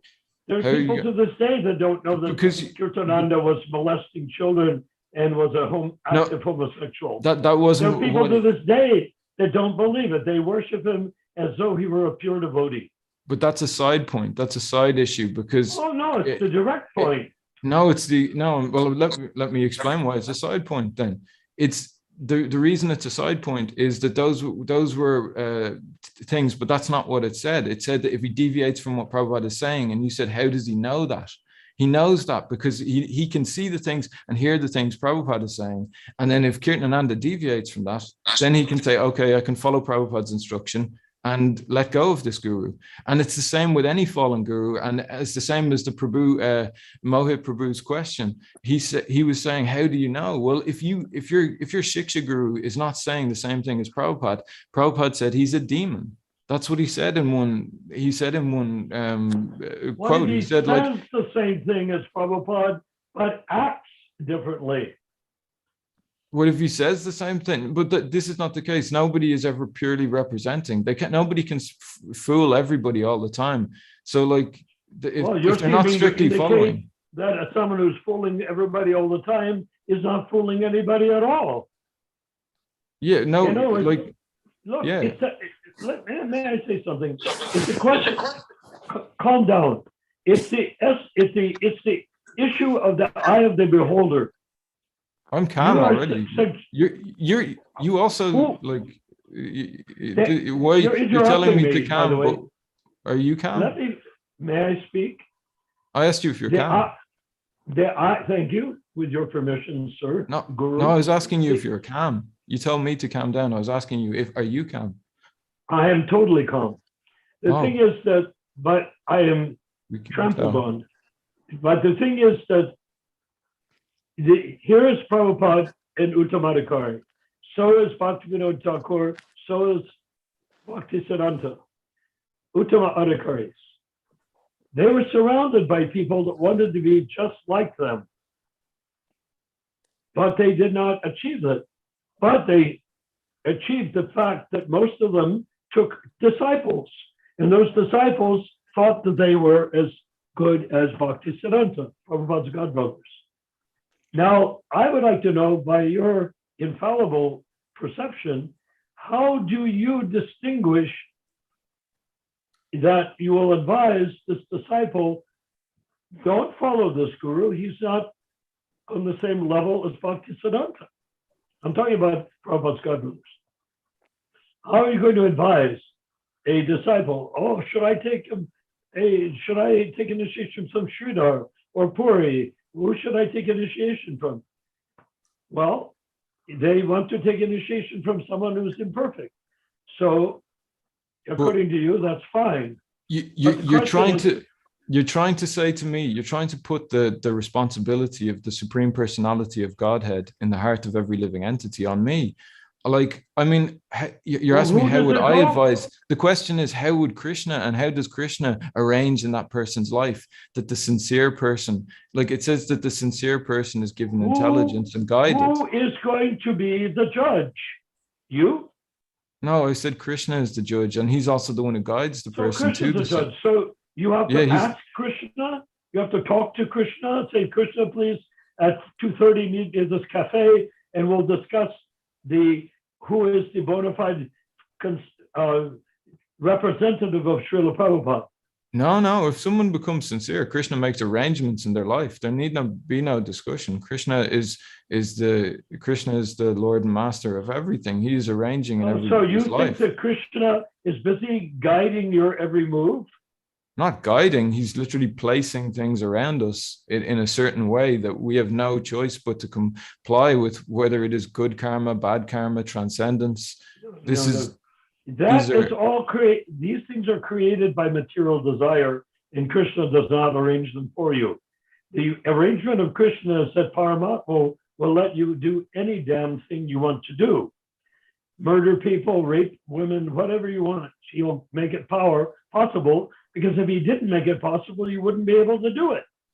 Do you have a free will, right? How is that different to making arrangements? He's making arrangements still. Krishna is not doing anything. Krishna's in Krishna Loka dancing with gopis, not messing with your life. But in the Bhagavad Gita, it says we are not the doer. It's in the Bhagavad Gita, it says we are not the doer. Krishna is the doer. Paramatma is the doer, not Krishna Govinda. If you meant Paramatma, then you should say Paramatma. The super soul is Krishna, Vishnu. I did say Paramatma. I did say Paramatma. I said you to think of all this stuff. What? I did say Paramatma. I said Paramatma will make arrangements and arrange with the living entity and guide the living entity if there's guidance coming from Paramatma. Sometimes people get... No. Paramatma doesn't guide you. Paramatma is guided by you. Whatever you want, Paramatma will arrange it for you. He doesn't guide you. If he guided you, he wouldn't be here. That's Maya, right? So Maya is acting also there, Prabhu. Huh? Prabhu? Say, what's your point, Prabhu? So Prabhu, my point is like... Mohit, Prabhu. Mohit, yes. Yeah, Prabhu. So my point is like, Maya is also acting, right? So how can you judge that Krishna is, I mean, in your heart, and just he's giving you ways to go there, right? Maya is there. We can get into Maya thing, right? We can get right. into Maya is only acting. Maya is only acting when we. So that's also an energy of Krishna, right? So if he thinks that you are too much involved into Maya, he'll give you Maya, right? So how can you say that? Right? So if you are like, when someone is a very big atheist and they have their back to God, then they become in Maya, and they cannot get out of Maya. And it's only when they turn away from their atheism, the more they turn away from it, the more he responds to them. Like there's a Prabhupada said one time, like when you take one step towards Krishna, he takes 100 steps towards you. There's famous in all religions they say this. That is okay. Yeah, so I'm trying to make Prabhu, I'm trying to make a point to this Prabhu about Maya and how the devotee comes from Maya. When someone has their back to God, Krishna puts them into Maya, and then when they turn sincerely towards him in any kind of a way, any kind of little turning towards him, the more they turn towards him, the more he reciprocates. So it's not a case of if you turn to Krishna and then you'll have to try and figure your way out of Maya, because then it would be your power bringing you back to God. But God is the one who empowers you to come to him. So if someone turns in their sincerity towards God, he'll empower them. So we are not that much pure, right? We are not that much pure that Krishna will come and guide us, right? And that's why Krishna. That's why Krishna sends his representative. That's why Krishna sends. But that's why Krishna sends his representative. Is pure Catholicism has very little to do with Krishna consciousness. Well, no, because I was making a point there to Prabhu that Krishna also sends his representative. So like his representative can be placed there to help the person when they're falling in their impurities. So Haribol, that's only Prabhupada. That's only Prabhupada. Yeah. No one else, right? Or as the verse there says, Prabhu, it's Prabhupada or anyone acting on behalf of Prabhupada. That's what the verse states. It says that someone who acts on behalf of Prabhupada, their work is non-different to him. So the work of helping a jiva to come back to Krishna, like there's a verse about the Madhya Madhikaris, and it says the Madhya Madhikaris give people Krishna. They give people Krishna. That's their job. Supposing you read Prabhupada's books and you have no other influence in your life, nobody giving you advice, good or bad, will you go back to Godhead if you simply read Prabhupada's books, like on an island somewhere with nothing around except Prabhupada's books? Will you go back to Godhead if you read his books? I read a verse there that says it's possible a few days ago, but it's also very difficult. So, I mean, it's better the other way. It's better what? It's better to have association as well as the books, Prabhu. It's better to have association as well as the books. So you're saying there's something faulty in the books? No, I didn't say that at all. I literally told you that it would still function. It would still function. I literally told you. If you read Prabhupada's books, what is the flaw in Prabhupada's books? I never said there was a flaw in Prabhupada's books. Well, you say you need someone to explain them. I never said you need someone to explain them. So what are you saying? I'm saying depending on the person, it might help someone. And it literally states there that there's people who are given these positions and work on the spiritual master. You indirectly just said it, right? That we need those gurus, right? To read the books of Prabhupada, they are following very properly. So they'll tell us, right? What's in the Prabhupada? Prabhu said what? Prabhu was asking me, Prabhu, he was asking me what is the what is the fault in Prabhupada's books? And I said, there is no fault in Prabhupada's books. And he said to me, why do you need these people? And the thing is, it's not a case of, it depends on the person or the situation. It is possible. Prabhupada did say it was possible to go back to Godhead simply by studying the books. But the reality is he also advised in so many places that having association is good, and one should, when the spiritual master is not present, he says one should accept shiksha from an advanced devotee, and that advanced devotee can be accepted. Where did he say that? I'll show you. I'll go and get it. No, so you're saying he said, if one person reads books, that's tough. If 20 people read books and they have an Istagosthi, that's not tough. Prabhupada's books were designed to be read and understood, not that you have to have a priest in between to sanctify your reading of his books. Okay, I'm going to show you the quote now where it says that it's a lecture on the Bhagavad Gita, chapter 17, 1-3 from Honolulu, and it's on the screen now. Sudama says the question is also there. The authority is the spiritual master, but the via medium to the spiritual master, the difference between, like we were discussing in the automobile of Shiksha and Diksha Guru, Prabhupada, then so Shiksha and Diksha Guru, a Shiksha Guru who instructs against the instruction of the spiritual, he is not a Shiksha Guru, he is a demon. Shiksha Guru, Diksha Guru means sometimes a Diksha Guru is not always present. Therefore, one can take learning, instruction from an advanced devotee. That is called the Shiksha Guru. Shiksha Guru does not mean he is speaking something against the teachings of the Diksha Guru. He is not a Shiksha Guru, he is a rascal. Some woman devotee says, people are instructing with these sessions. Prabhupada ignores the question because that is offense. Guru Avgya. First offense is Guru Avgya, defying the authority of Guru. That is the first offense. So one is who is offensive. How can he make advance in chanting? He cannot make. Then everything is finished in the beginning. Guru Avgya. Everything is there. If one is disobeying the spiritual master, he cannot remain in the pure status of life. He cannot be Shiksha Guru or anything else. He is finished immediately. Guru Avgya, Shruti, Shastra, Nindanam, Namno, Balad, Yasyahi. You do not study all these things. You become initiated. There are 10 kinds of offenses.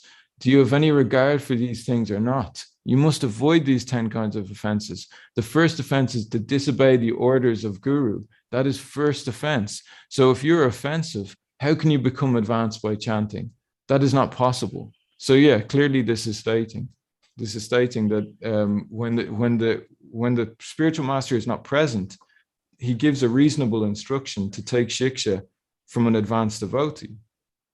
And how do you determine that devotee is advanced? It says right there in the verse. It says right there in the verse that it's to do with purity. How do you measure the purity of someone else? This is the thing. It's not our business to measure the purity. As far as I know, it's not our business to measure. You said that you have to. It's based on the purity. Then you say you can't measure the purity. No, I did not say I cannot measure, but Krishna will measure. This is the thing. What? We should surrender to like Krishna. A blind man going somewhere. Are you not trying to make blind Krishna man your going somewhere? servant? But yeah, you should surrender by your intelligence. Like Prabhupada said, we should check these things by Guru, Shadu, and Shastra. So if you have any, like, you should, the thing is, the spiritual master and the Guru, in scripture, it states that the spiritual master and the Guru should examine each other very carefully for a period of time before they accept each other as master and disciple. Or the spiritual master and the disciple. Sorry, spiritual master and the disciple should. Yeah, the spiritual master and the disciple should examine each other for a period of time very carefully before they accept that relationship. And Krishna is also going to help them with that.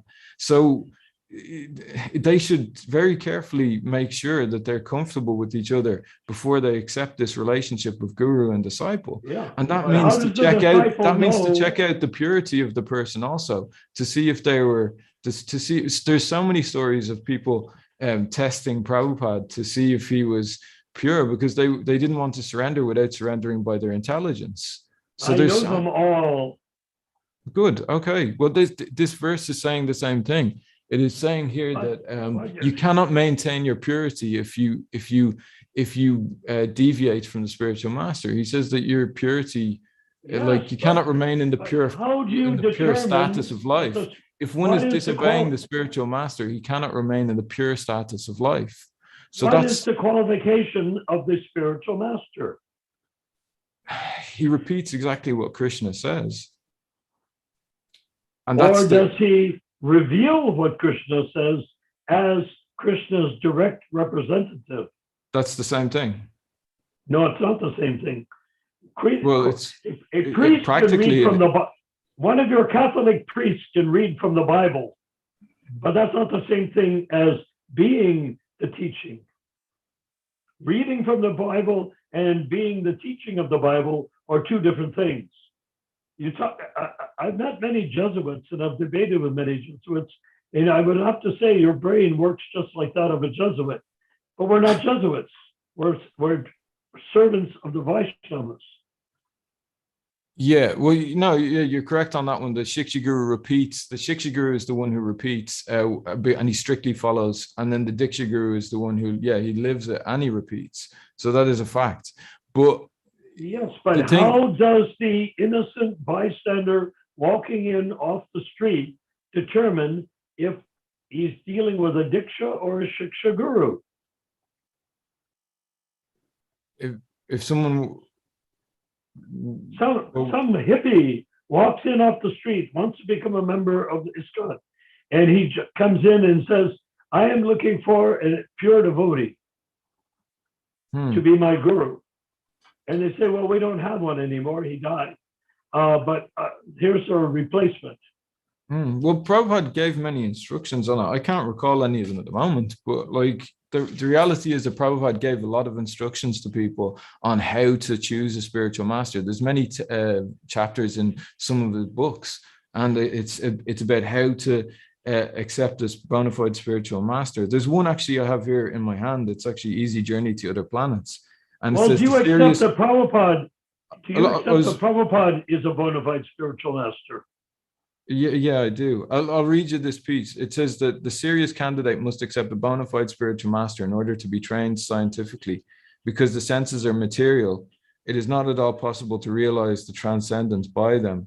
Therefore, the senses have to be spiritualized by the prescribed method under the direction of the spiritual master. But you're saying that you have to pick your Shiksha Guru in this, following the same dictate.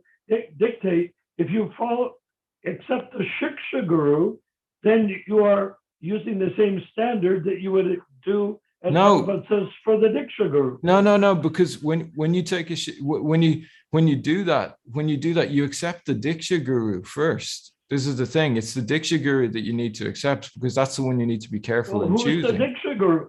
Prabhupada. So you carefully gives you Diksha. So if you carefully choose, so I'm saying that you carefully choose Prabhupada first.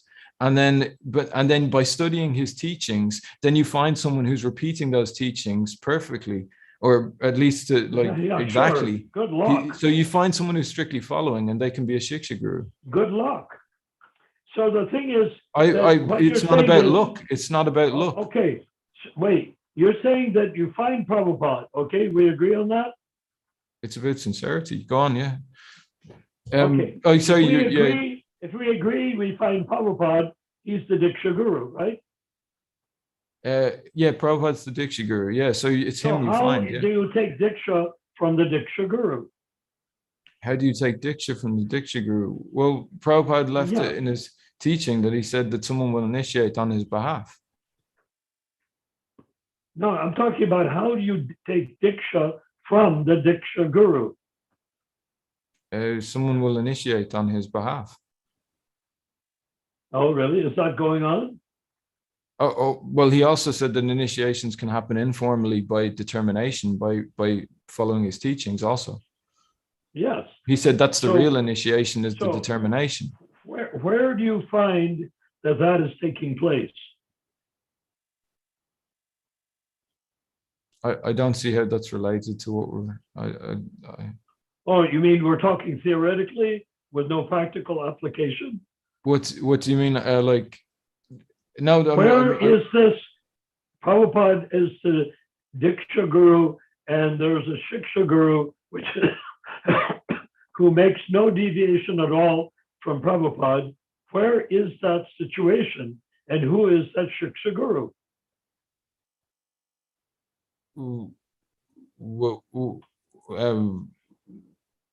People who repeat strictly, like I've shown you the teachings. Who is doing that? I'm doing that now. I showed the teaching to you. Is someone doing that, or are you the Shiksha Guru? No, I'm repeating what he said. I'm strictly repeating his words and not going away from them. Who's he? Prabhupada. I'm strictly repeating Prabhupada's words and not going away from them. But there's other people who are doing it also. There's other people who are doing it also. Your statement about Shiksha Guru. Yeah. Where do you see such a Shiksha Guru in relation to Prabhupada? In relation to Prabhupada, where do I see him? Is that what you're asking? Where who is the guru who's in relationship to Prabhupada, as you say so flippantly, is not hard to do. Sorry, say that again. You're asking me that where is this person? Like you're saying that it's like you're saying that there must be a person as an example. Otherwise, this teaching that Prabhupada has given is null and void. But I'm simply basing it on the teaching that he's given in the verse. So I don't see the need. This is what I meant by I don't see the need. I don't see the need to present a Shiksha Guru to prove that what Prabhupada said was true. I don't see a need to present it. Okay, let's say Prabhupada said it's true. Where is the Shiksha Guru that he was referring to? He wasn't referring to, he was saying that it's like it says there that if someone he said there that sometimes a Diksha Guru is not present always, therefore one can take learning. It doesn't say you have to take learning from a Shiksha Guru. It says you can take learning. But you could remain.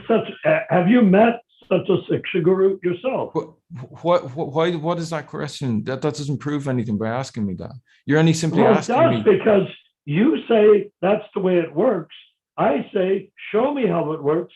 And you I'm say saying that it works because I don't need to, but I don't need that to prove that because it already says it in what Prabhupada says. I don't need to find a living example. So you're saying that to the best of your knowledge, the Shiksha Guru is a hypothetic Shiksha Guru, not an actual. No, I'm not Shiksha saying. Guru. I'm not saying anything. Prabhupada's saying it there, and it's not hypothetical. So what is Prabhupada It's a practical saying? thing. It's a practical thing. It's not hypothetical. Has Prabhupada named anyone as that Shiksha Guru? That doesn't matter. What he says is absolute. It doesn't matter. It's practical. It's not simply theoretical what he says. Because he's the spiritual master, he's absolute. So if he says something, it's got to be possible to practice it, even if you can't see it right in front of you. So who can see it right in front of them? Well, someone who's fortunate enough to have that. Like who? You keep asking me who. We don't have to show a who. It's already there in Prabhupada's words. You're talking about a ghost guru that doesn't exist physically. No, it's someone who strictly follows, and in that time when they're following, they're strictly following Prabhupada. Who do you know that falls into that category? It's been 40 years since Prabhupada entered Samadhi. Where is that one example of such a guru? In 40 years, show me. Yeah, well, the only thing that's coming to mind is that I've just literally presented this to you now, and I know I'm following the principle, so I'm presenting it to you now. So okay, so it's you and Kirtanananda, those two, right? Oh, so you're putting me in the you're putting me in the thing with him. But the thing is, I'm not putting myself forward and saying to people that come follow me or anything like this. I'm not asking. You're much too humble to do that. I'm not asking people to do that, but you said to me a few days ago, you're a guru, you think you're a guru, or this kind of thing. I'm not saying that. You're asking me to say who's presenting. You're asking me to say who's presenting the teaching. I don't know. I'm presenting track of teaching, what you say? but you haven't admitted that this teaching contradicts what you've been saying for a very long time. It doesn't contradict what I've been saying. Because it does contradict what you've been saying. It says there that a person who is not liberated can act as, I literally asked you at the beginning of this conversation, and you said, no, someone who is not liberated cannot act as on behalf of the spiritual master as a guru or an acharya. And then it literally contradicts what you're saying. You haven't admitted you haven't admitted for a very long time that you've been saying these things. And then it's a very clear verse. Wrote in his books. And he said the Shiksha Guru and Diksha Guru are to both be residents of Krishna Loka. He said that. He wrote that. Yeah, but the Madhyam, like it says also the Madhyamadikari knows Krishna. So it's like a resident of Krishna knows Krishna. Like, and how did Prabhupada describe, how did Prabhupada describe the Madhyamadikari being a guru? What did he say? What sort of guidance did he say the Madhyamadikari can provide? But you're talking about a diksha. Even if it is the case, you're talking about a diksha guru. You're talking about diksha at this point in time. Talking about guru. you're saying that an Uttama should be a Diksha Guru. Like this is No, Diksha Guru Uttama. must be an Uttama Adhikari, But according to Prabhupada. the verse that we've already read explains this. It says that when someone is working strictly following the spiritual master and he's working under him, his work becomes as good as him. So okay, so where is that written in Shastra? We have the 5th verse of the Upadeshamrita, right? We have the 5th verse of the Upadeshamrita. Where is it mentioned in that 5th verse what you're saying to be true? It says the opposite of what you're saying. Wait, the 5th. I'm not familiar with the 5th verse of the Of the nectar of instruction. Oh yeah, it says one should not become a spiritual master. As far as like that says one should not become a spiritual master. So it's saying that one alone, like one should not set up his own organization and one should not become a spiritual master on his own. But this the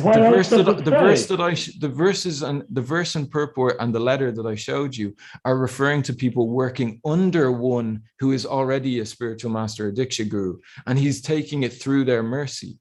It's on the order of that person and it's under his directions on his behalf, following in his disciplic succession. But the Nectar of Instruction verse says one should not become a spiritual master unless he is on a certain platform. So it's saying that he cannot branch out on his own and become his own singular one spiritual master. But the things that I was showing you was specifically working under someone who was qualified to be one on their own, a spiritual master. So is Ramachandra still on the call? I don't see him. Because that's what well, we've gone past 10 o'clock. Why don't we continue this on Saturday? And Ramachandra knows these verses and these quotes perfectly, and he can. Hello, Ramachandra, are you there?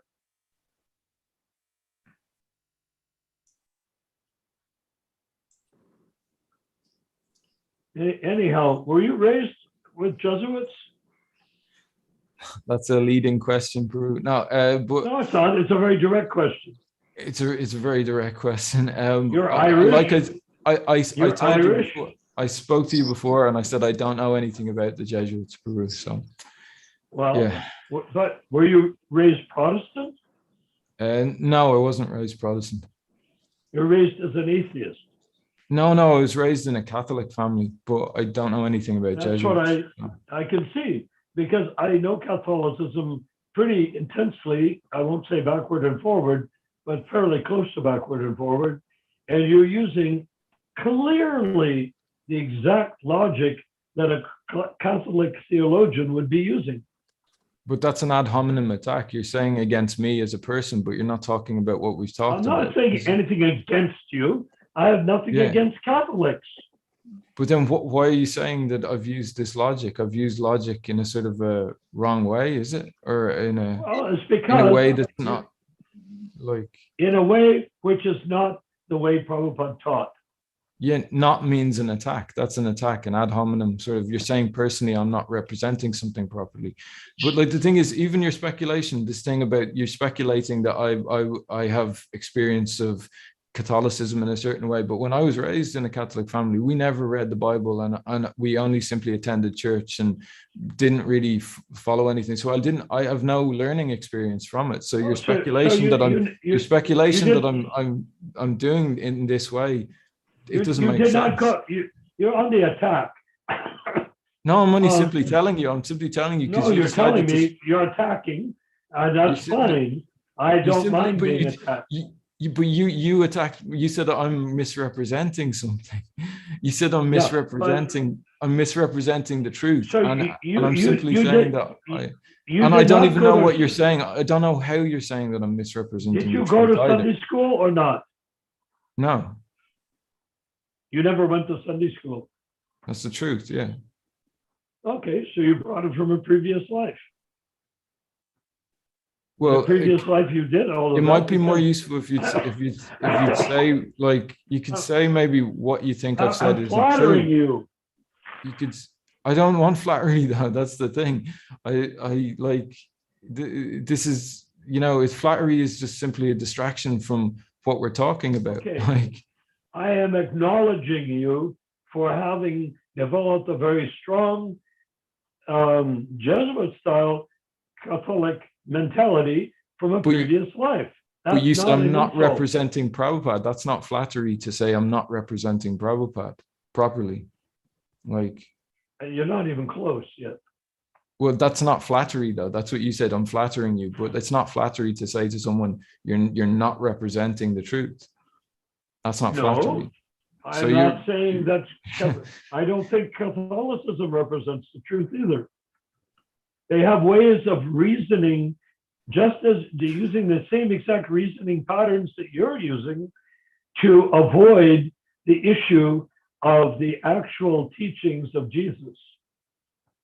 But you haven't answered. You haven't answered to this thing that I've shown you here, where it says that non-liberated people can act under the spiritual master perfectly, and in the pure standard. And this is very contrary to things that you've been saying, and you've no answer to this. Why do you not address? I want you to explain. Can you explain? But the thing is, I've answered so many of your questions, so you should answer this. Answer one more and don't be a jerk. How does an imperfect person act perfectly? You're accusing me of being a jerk for not answering another question after so many questions. I want you to answer this question. I'm just trying to get enough space. I know you want me to answer questions, but I'm wanting to present this to you, and I thought you might, like, you know, tell people why you said the other thing. You're the Shiksha Guru, apparently, of the world. May I ask you a question? No, I just said I was representing Prabhupada, but because I presented the words without changing them, that's all. And it doesn't make me a Shiksha Guru. So unless someone accepts. No, you think you're a Shiksha Guru. But the thing is that I don't think you're Shiksha Guru, you do.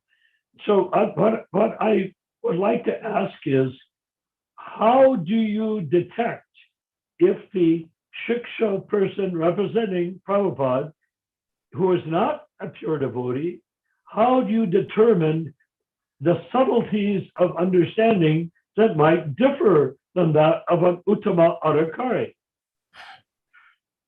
Okay, can you repeat that question? Okay. So I can hear it clearly. Okay, let's repeat the question so you can hear it clearly. We have an Uttama Adhikari. We agree, at least in terms of name, that you agree that Prabhupada is an Uttama Adhikari, correct? Do we agree? I agree Prabhupada is an Uttama Adhikari. Is that true? Yes. Huh? Yeah. Okay. Yeah. Sure. So yeah, he's a Uttama Adhikari. So if he has a disciple who is not an Uttama Adhikari, that means that person is subject to making mistakes, correct? Only an Uttama Adhikari is free from all defects. Therefore, anyone under that Uttama Adhikari can act in a priestly role, but he cannot be free from all defects. How do you determine, when dealing with such a person, Shiksha Guru, how do you determine, by dealing with this sort of person, as to where there's going to be defects, how do you determine what those defects are that distinguish him from being an Uttama Adhikari? So you're asking how do you how does his defects, how do you distinguish his defects from him being an Uttama Adhikari? Well, there's two types of defects people can have. There's ones that Krishna forgives, and there's ones that he doesn't. So it depends which kind of defects you're referring to. Where did you get that idea? Because in chapter 9, verse 30 of the Bhagavad Gita, and also in the Nectar of Instruction, there is one verse, And I can show you these verses. In chapter 9, it states that if someone has an irregular fall down from practicing the principles, like if it's a momentary, a temporary fall down, then this imperfection is forgiven by the Lord. But if someone has if someone regularly breaks the regulative principles, that's a different kind of a defect. Yes, and that's why one that would. Said That's one that would say that he's not strictly following the regulative principles. So those two different types of, I mean, those are self-evident. Like if you see these things. I'm not talking about forgiveness of the guru. I'm talking about what the disciple can expect to hear from a guru who is not 100% or 100% perfect. What can the person following that guru, who is his shiksha guru, who is not completely perfect, what can the disciple of such a guru expect, and how will he determine where his guru's defects begin and his spiritual guidance capacity ends? Well, Prabhupada says that the person who is following in this way and acting as a guru, acting as a shiksha guru, he must strictly represent the words of the acharya. So the person should expect to see the words of the acharya strictly represented. Okay. And if there is, again, if it's the same thing, if there's a momentary fall down, the person should correct themselves. But if they don't correct themselves and they remain in deviation and the shiksha guru speaks against the diksha guru, then he's a demon, a rascal, as Prabhupada said, and he should be rejected. I'm not talking about such a drastic situation. I'm talking about, here's a person trying sincerely to represent Prabhupada who is not an Uttamadhikari. He may not even be a Madhyamadhikari. He may be a Kanistadhikari like you and me, but he's doing his best to represent Prabhupada 100%. But because he's not an Uttamadhikari, he is not being guided directly by Krishna. He is doing his best to be guided by the person who is being guided by Krishna directly, namely the Acharya, like Prabhupada. He's trying his best to represent that Acharya.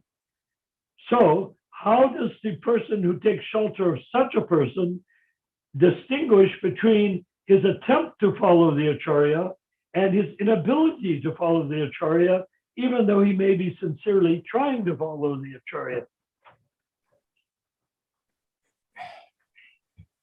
Well, this is the thing. Okay, I have a quote to show you about this, and it's. You can't. Are you telling me you can't answer the question? No, I can answer.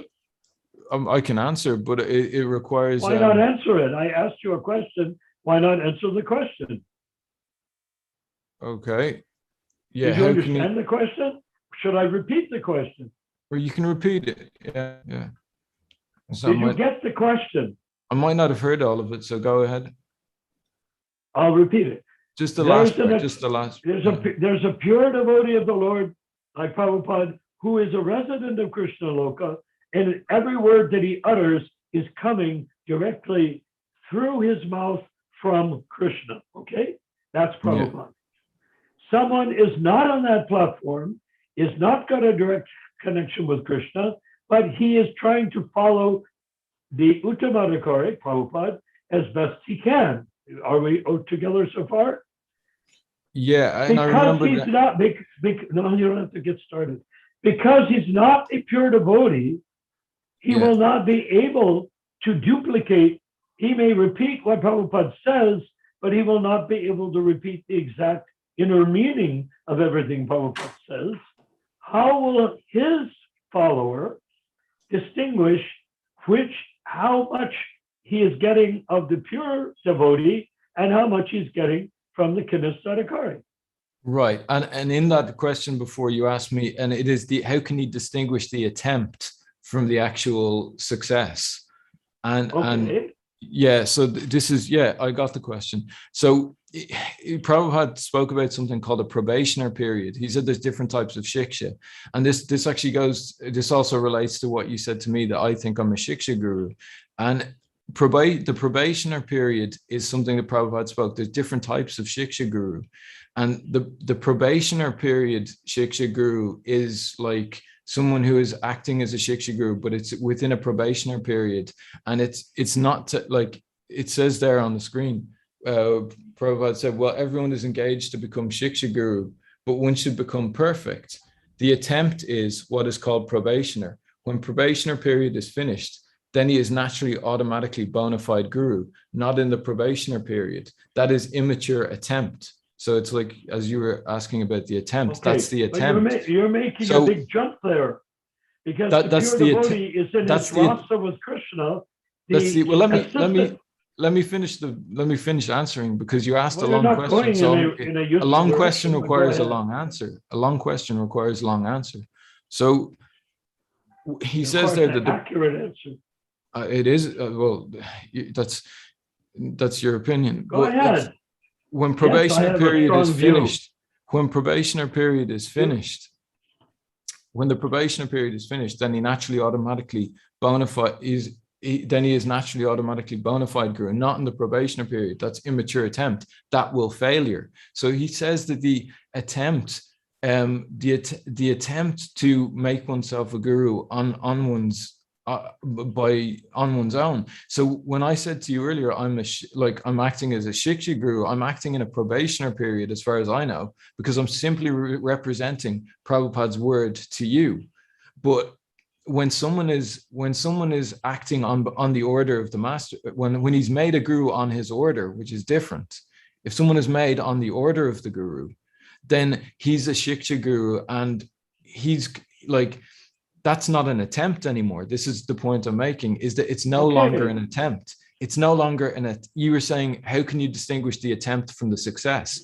Well, if someone is made a Shiksha Guru on the order of the spiritual master, there's no question of attempt. It's already a success. And if there's some temporary fall down, Krishna himself says he will excuse it. You're missing a major point. No, you were asking, how can you distinguish the words if he's repeating? How will you know the difference if he's repeating? Yes, but what is the difference between the Shiksha and the Diksha Guru? I was getting to that. I was going to answer the difference between the words. Oh, are you going to? Yeah. Okay, let me ask you one question concerning the answer to make your answer easier. You're cutting off my answer. So if you're cutting off my answer without seeing if I'm going to finish it. You're telling me I can't give an answer, but you're also cutting me off from finishing that answer. Yes, because I have more experience than you do. So, but you're the one who's repeating. You told us contrary to the scriptures. You told us that a liberated person, it was the only way to act on behalf of the spiritual master as a guru. But it says there that a non-liberated person who is also strictly following can act on behalf of the spiritual master. So why are you saying you're advanced if you're saying something that Prabhupada isn't saying? No, I am saying that Prabhupada. You said I'm senior. You said I'm senior and advanced. And you said your seniority and your advancement is enough to cut me off. But you're not saying the same thing as Prabhupada. So why this is not is the pure devotee in his rasa with Krishna? Is Prabhupada in his rasa with Krishna? Now you're deviating to it. You asked me a question, and now you're going back to asking more questions. I'm just asking one question. The only thing in my mind is trying to answer your previous question, which was about you're not answering it accurately. You're making a huge mistake in your answer. But if you want to keep going, keep going. Make the mistake. I'll finish the last piece, and then you can say what you'd like to say about how it's a mistake. Right. Prabhupada's Vani is there in his books and his words and his teachings. And if someone's acting as a Shiksha Guru on his behalf, he's going to accurately represent those teachings. And if those teachings deviate, then the person can reject that person if he becomes an offender to the spiritual master and he speaks against him. But that's like, he's going to be able to reference the words as he's reading them or as the person is speaking them, and he can check everything. So it's the duty of the disciple to check those words, and they should tally up together. So it's simple. If he's in a position to edit his Shiksha Guru, then why does he need one? He can just read the books himself. if he's in a position to edit he can't edit the Shiksha Guru. He can check to see that the words tally up, to check. Okay, so the then scripture you become the Shiksha Guru of the Shiksha Guru because you're checking up on the Shiksha Guru.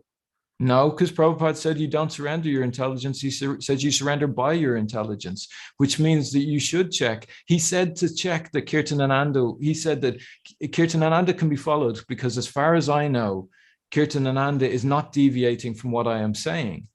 So this is the thing. If Kirtanananda was found to be deviating, people could look at that instruction from Prabhupada and say, I reject you, Kirtanananda, because I was only allowed to accept you by Prabhupada on the basis that you were repeating exactly what Prabhupada says. Okay. Now, thank you for your answer. I would like to ask you a quick question, if you don't mind. Okay, sure. You said that my answer was wrong, though. You said you had in mind that I was speaking a wrong answer. So let me clarify. Sure. And you can clarify how I am wrong, which is what you have already concluded. So do we agree that the Diksha Guru, Prabhupada, is in his rasa with Krishna? The Diksha Guru is in his rasa. Yes, the Diksha Guru is in his rasa with Krishna. Yeah. Okay. The Shiksha Guru gradually becomes qualified to be on the same level as the Diksha Guru. Is the Shiksha Guru in his rasa with Krishna? Well, he can be, or he can be unliberated and imperfect. So if he's imperfect, at what point, when he merges his qualification with the Guru, at what point does he become an Uttamadhikari? And what is the process of his becoming an Uttamadhikari? Can you repeat that last part? I didn't catch it. Okay. We established the Prabhupada, the Diksha Guru, is in his rasa with Krishna. Yes. Now, there is a process through the Madhyamadhikari platform of how to become a Diksha Guru. That's very clearly stated by Prabhupada. Now, how does that Shiksha Guru come to the same level as the Diksha Guru? Because that means he would have to become an Uttama Adhikari while simply representing the Diksha Guru, according to you. So how does that work out? How does he get into his rasa with Krishna in the midst of his fulfilling the duty of Shiksha Guru? How does he get into the midst of following his duty as Shiksha Guru? He's doing his duty as I believe it's. How does he take that to in his how does he develop his rasa with Krishna simply by being a designated Kirtanananda type Shiksha Guru? So how does he progress? But the thing is, he's serving the spiritual master. How does he obtain pure unalloyed love of God in his rasa with Krishna, like the Uttamadhikari? How does he become a resident of Krishna Loka while becoming this Shiksha Guru? How does a Shiksha Guru end up a resident of Krishna Loka so that he's on the same level as Prabhupada? Well, he's following Prabhupada, so he's going to follow Prabhupada back there. Back there? What do you mean back there? He has back to have there. his own relation. You said back to Godhead, a resident of Krishna Loka. He's not a resident, isn't a person who checks into a room in Krishna Loka, like a hotel. A resident of Krishna Loka cannot be a resident of Krishna Loka unless has developed his own individual rasa with Krishna. At what point does that take place in your mythology? I don't accept it as mythology because Prabhupada said that it's a way of doing. Well, fine. So explain it in terms of how does that person become an Uttama Adhikari, or does he? Well, naturally, everyone is going to become an Uttama Adhikari if they keep following Prabhupada and do everything that is said in the scriptures. That's not true. If they become an Uttama Adhikari, if they become God conscious and they a love God, one-on-one you have to be a Madhyamadikari first. You have not mentioned Madhyamadikari, but you have to be a Madhyamadikari, and as a Madhyamadikari, you gradually shed your material bodily mentality and physical bodily mentality, and you gradually obtain a new sense of how to worship Krishna, not based on deity worship on planet Earth, but based on the way devotees are with Krishna in Krishna Loka. I was speaking about Madhyamadikaris. I was saying that it says that the second class devotee, in some of the quotes, sorry Ramachandra, the host went back to you, so I can't share the screen anymore. Can you hear me, Ramachandra? Yeah, Okay, Prabhu. you're the host now. Okay. Oh, okay. Yeah, I was speaking about the probationer period piece of scripture there. Probation means that you're not perfect yet. So yeah, it does. Yeah, it means so it says there that when the probationer period, this is like naturally referring to to a Madhyamadikari, because he's in the probationer period. He's not in the perfect. He's not. We know that. It's saying, therefore, initiation must be accepted from an Uttamadikari in Nectar of Instruction, verse 5. Yeah, you missed that point earlier. We discussed this point, Ramachandra. We discussed this point earlier. Can you put that quote up on the screen? Yeah, I can do it actually. Okay, go ahead, do it. Yeah.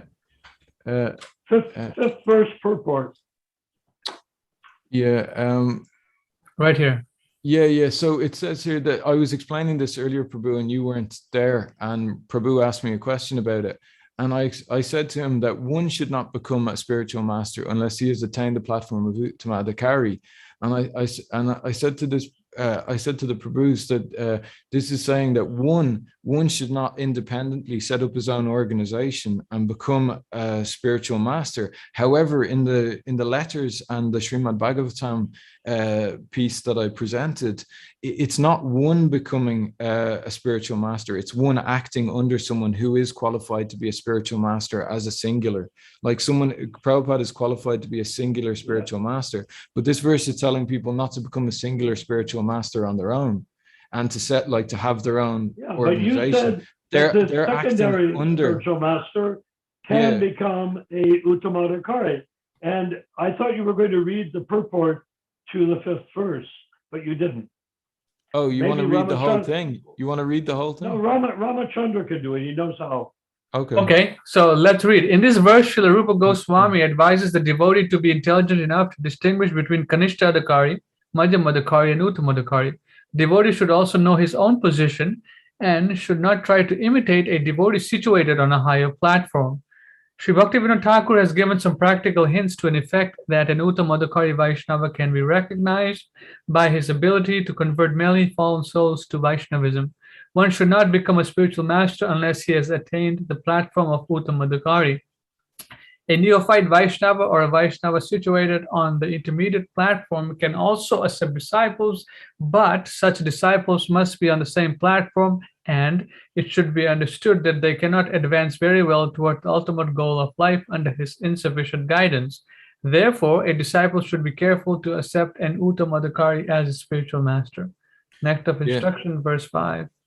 Yeah, see, Prabhu, in the example, Ronald Prabhu, in the example that I was giving, there is no question of these people having their own disciples, because it's like the monitor guru that's discussed in the it's like the monitor guru that is discussed in the Easy Journey to Other Planets. Those people are still effectively disciples of the teacher, and the monitor guru is only he's not the ultimate guru for that person. So this is simply stating that he cannot set up his own branch and have his own disciples independent. This is saying, do not go beyond the behalf of the Diksha Guru, do not go off his order and to set up on your own.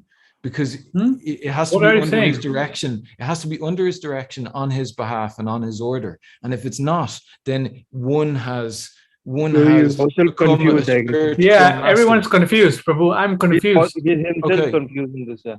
One has, if one becomes a spiritual master, independent of the Diksha Guru, then he has his own group, and it's his own classroom, and he's the head teacher.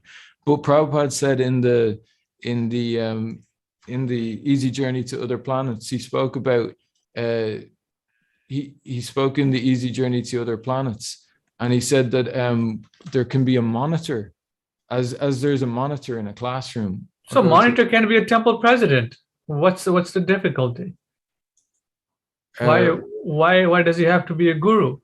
Well, a Shiksha Guru and a temple president have different jobs. Like if there was a very good temple, for example, and the temple was running very nicely and it was a big temple, like it says here about the monitor guru, he must not take on unlimited disciples. What is the monitor guru giving? This means that a candidate who has successfully followed the first 12 items can also become a spiritual master himself, just as a student becomes a monitor in a class with a limited number of disciples. So if the monitor guru, if he has a limited number of disciples, that could be enough of a job where he can't be a temple president because he's got too much to do with his own work. And then the temple president may have a big enough temple where he has too much to do, as it's a lovely temple and he should make it flourish. So those two jobs might be too much for one person to handle, unless it was a very small number of disciples and a very small temple. But practically, it may not be good for the spiritual life of the disciples, nor for the flourishing of the temple, to mix those two jobs. You're confusing me, Prabhu, with these words. Now, Narayan Prabhu, what is he saying? Can Too much of mental speculation he's doing it, Prabhu. Okay. Sorry to say. Too much of mental speculation. Where is the speculation? I'm saying that so back to the we were on the nectar of instruction. We were on the nectar of instruction, and we were talking. Answered. Yeah, that's what I'm going back to. I'm going back to the nectar of instruction. Guruji, you have not answered the question. How does the monitor guru advance to the point of becoming an actual Diksha Guru? How does he enter his rasa with Krishna while being a monitor guru? You've not answered it, and I don't think you can answer it. But if he follows strictly and he advances, he's following the orders of the spiritual master because he's being a guru on his order. So if a Shiksha Guru does that, then he's going to have no problem. He will have no problem. He will have no problem going back to Krishna Loka. Yeah, there's a slight problem. Prabhupada is in his rasa with Krishna. He may be a cowherd boy dancing around through the fields with cows. This assistant guru is not a cowherd boy or dancing around in the field with cows. He's sitting on the floor of a temple in England, okay? So how does that person get to be one of the people dancing around in a field with cows, just like Prabhupada? You're repeating the same thing, and it's the same answer, because it's, if someone wants to go back to Krishna, they have to follow the spiritual master and serve him. Yeah, but you said that's how we go back to Krishna. So you're asking a simple question. Shiksha Guru, when the Shiksha Guru perfects his ability to teach what the Diksha Guru is teaching, then he will then become an Uttamadhikari. And I'm trying to say, it's not that easy. I never said that when he perfects the service. Like, it's about devotion. It's not about the service. It's about the devotion behind the service. I never said it was when he perfects his. You never said it was the devotion. You never said it was the devotion. You said it was based on function. No. I said when you follow Krishna, when you follow the spiritual master and follow his and serve him.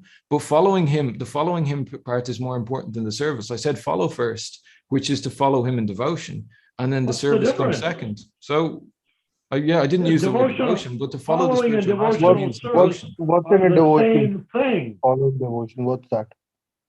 But you're the one who's you're asking to pick at this word, and like you want to. Well, words are used to convey meaning. No, ask no, them I'm saying that you may not have ever you're- encountered them in conveying meaning. You seem to like to use words No, to obscure meaning. Yeah, you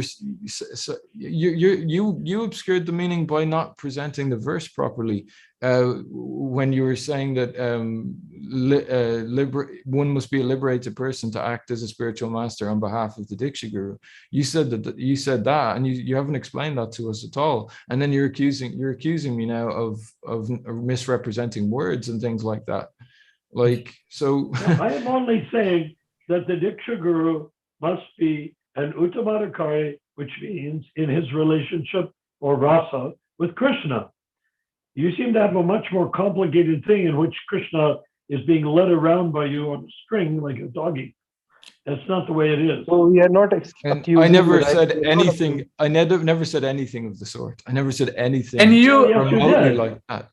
Yes, you said that Krishna comes You're and not does this. accusing. Krishna comes and does that. Krishna doesn't leave Vrindavan. Krishna is enjoying himself with gopis. He does not get involved. Paramatma gets involved, but Paramatma is Vishnu, and his sole function is to deal with conditioned souls who want things, as do you. But the thing is, when Prabhupada, Krishna is the doer, and it says in the Bhagavad Gita, Krishna is the doer. Now, he may not leave the spiritual world to practically do these things and guide people, and he may facilitate other people to do it on his behalf, like expansions like Paramatma and other incarnations and other servants. He may, but the fact of the matter is, it's still considered Krishna's doing, even though he doesn't leave the spiritual world. And Prabhupada explained this even before. though he does Prabhupada not, explained this before. He said that if a man has a company, and even though he may not do every job in the company, it still has his name on it. It's still considered his doing. So exactly. you're saying to me, like you're the one who's picking up my word and saying that I'm saying that Krishna leaves the spiritual world. I never said he leaves the spiritual world. I simply said that he makes arrangements for people and he's the doer. No, and he doesn't make arrangements for people. That does line up with scripture. The first thing you need to understand about the jiva is that the jiva is part and parcel of Krishna and makes his own arrangements. Krishna doesn't make arrangements for the jiva. The jiva is right, the whole True, there's a free will which is given, right? This is what he's not understanding. Well, no, I'm sorry? the jiva is selecting things like a child in a candy store. He's like saying, I want this, but he can't reach up to the shelf and take it. So Krishna has to make the arrangement. No, not Krishna, Paramatma. Well, Krishna many people on behalf of Krishna, and it's still considered Krishna. So Krishna makes the arrangement. Paramatma is specifically manifested to guide the fallen souls in the material world. When you go back to God, in the event that you go back to Godhead, Krishna Loka, Paramatma will not be there. Okay? Paramatma only exists in the material world, and it's the same Paramatma. When you were an insect some lifetime before, the same Paramatma was in your heart that's in your heart right now. When you were a cat, when you were a dog, when you were a demigod, these Paramatma is the same Paramatma in your heart. Krishna does not get involved in the world of Maya. And Paramatma is often referred to by Prabhupada. Listen, Paramatma does get involved in the world of Maya. Yeah, he guides you to get the Maya that you want. Yeah, and Prabhupada would often refer to Paramatma as Krishna in the heart. So, like, this is it's semantics. It's not an important point. We're deviating and distracting from Ramachandra wanted to resolve something about the nectar of instruction, and we've deviated onto this other course. I want Ramachandra to resolve it because I don't see that in a conversation with you anything can be resolved. But you're the one who wanted to go off onto another course without resolving the things that we were on. Okay, so my question to you... You missed the whole... Prabhu, Gregory, you missed the whole point of what I was saying, but that's okay, I forgive you. Go ahead, Ramachandra. I didn't miss the point, but anyway, Ramachandra, let us go.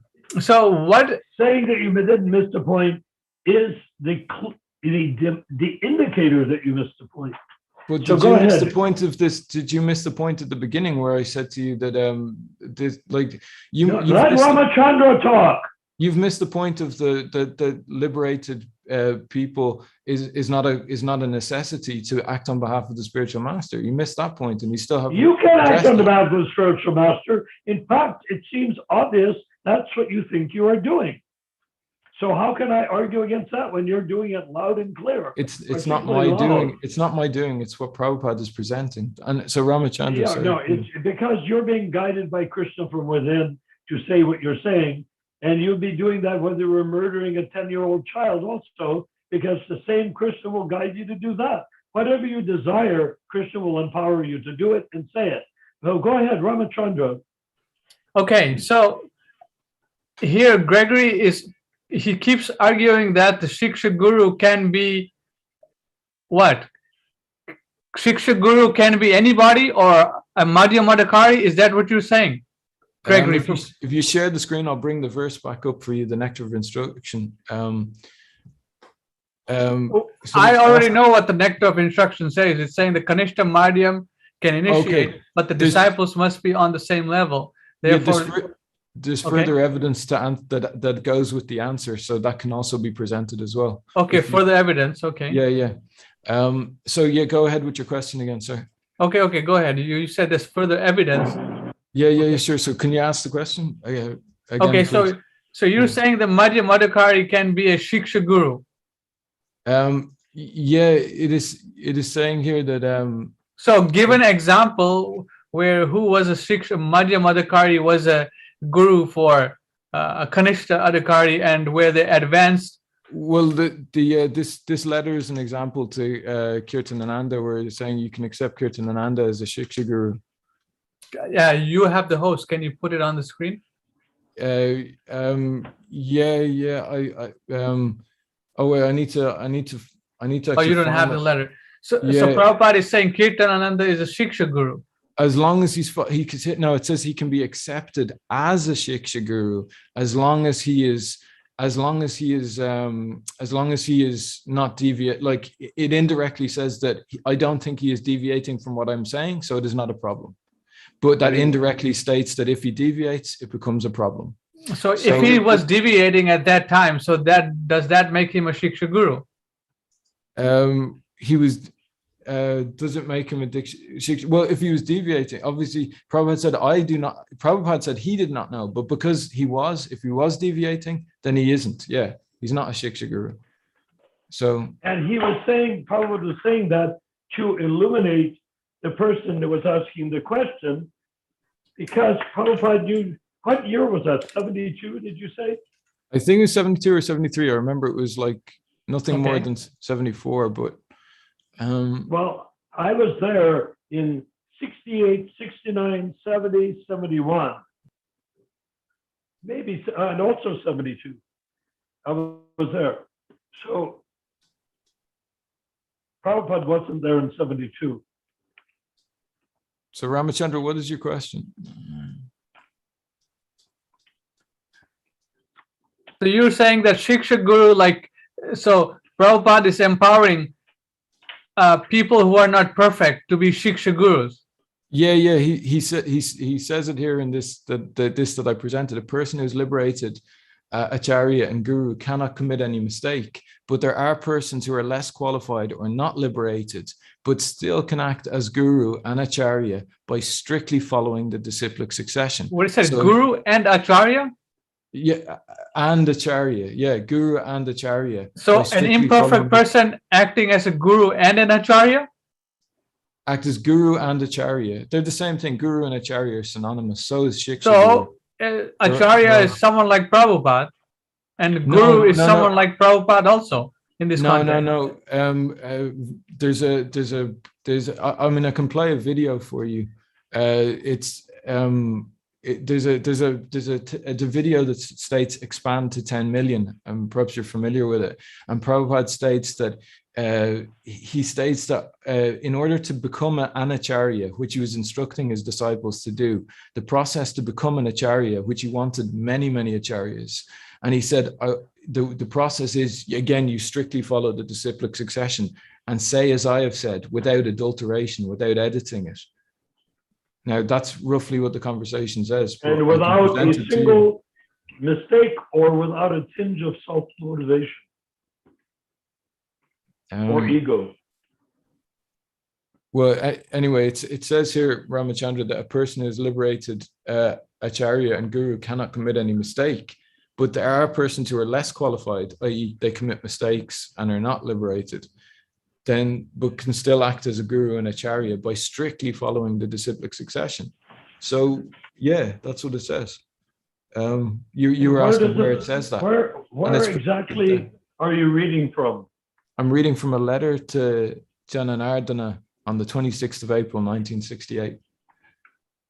So Prabhupada is saying an imperfect person can act as a guru and an acharya. Right, provided they are strictly following Prabhupada and they do not deviate. And then they present his words accurately. And if they're, again, as we've stated earlier, I'm not sure if you were here for this, but there can even be temporary fall downs with people, but it can't be regular fall downs. If it's a regular fall down, then it's non-forgivable by Krishna. So the acharya has fallen down. So, are you aware? He answered his question already. No, he said that. Are you aware that time in 1968 was just before I went up to New Vrindavan, and I went up, I think, in No, sorry. last week. No, Just after I wasn't Christmas. referring to the breach of the regulative principles, because Prabhupada said if someone breaches the regulative principles, they should not be a teacher. They should not be a teacher. They should not be. They should be again back to Sudra. Like if someone is sorry, I'm trying to answer Ramachandra's question here. If someone is breaking the principles, Prabhupada said they should be from Brahman again back to Sudra. So if they're breaching the principles in a regular way, then they shouldn't be accepted. Like if they're regularly breaching the principles, they should not be accepted. But we were talking about this principle of repeating the words of the Acharya. And even though someone may commit a mistake, like if someone is repeating the words of Prabhupada and they're acting as a guru or an acharya on his behalf and they're repeating his words, there may be some mistakes. In the same way that there is this example of the person who works under a master craftsman. As he's doing the craft work, he may commit some mistakes, but the mistakes will be corrected in time by the master. And the point is that the end finished product still results in being the same. So one should tolerate the mistakes, knowing that the spiritual master will in time correct it. And the example I give for this is that there was a letter from Prabhupada where someone noticed that a temple president was smoking marijuana. And someone brought this to Prabhupada and said, oh, this person, it should be fixed. And Prabhupada said, no, it is not your job to fix it. The spiritual master will fix this. So it is not your job to chastise this person or discipline or even consider it. The spiritual master will fix this in time. In the same way with the craftsman who is a master, he will fix so the. that means you're trying to say this, that for that period of time he can have marijuana and preach people, and then afterwards someone will come, the spiritual master will come and beat him, and then it will go on. Yeah, This is so what the I wanna say. spiritual master will rectify it. Yes, yeah, that is the Yeah. case. The spiritual master I mean, will that rectify period of the time he situation. can drink it, right? That's Now, possible. Gregory, No, in the example of Kirtanananda, did you know that at the time that Prabhupada wrote that Sorry, letter Prabhu, to the other Janardhan- Prabhu asked me a question, and I don't want to go away from that Prabhu's question because Ronald was saying something and this other Prabhu said something also. You're a bit of a dictator, aren't you?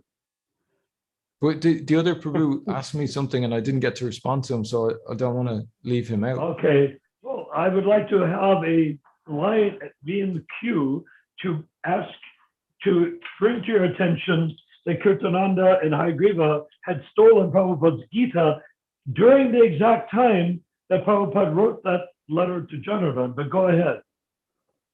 Okay, Ronald They're Prabhu. trying to publish it in their own name.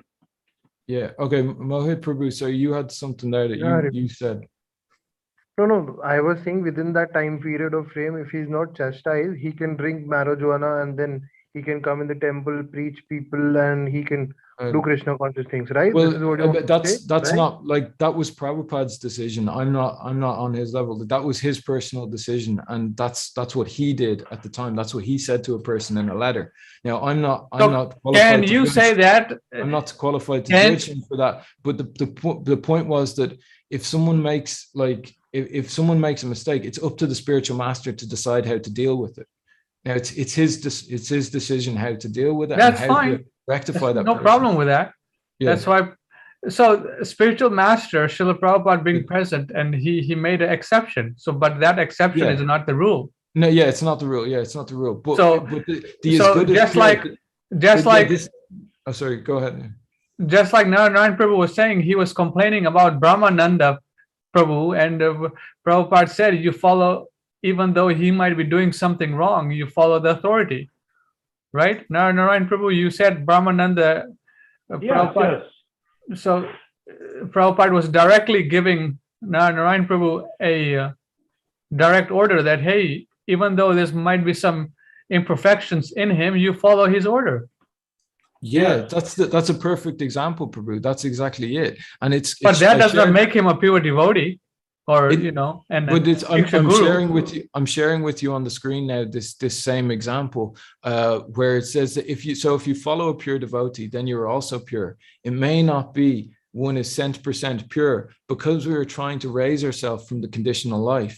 But if we strictly follow the pure devotee, then we are also pure devotee. So far we do, that is pure. So you should Not a accept pure what devotee. Ramananda Haribol. is doing. That's not pure devotee, Haribol. That's not a pure devotee. You're trying to become pure, not a pure devotee, right?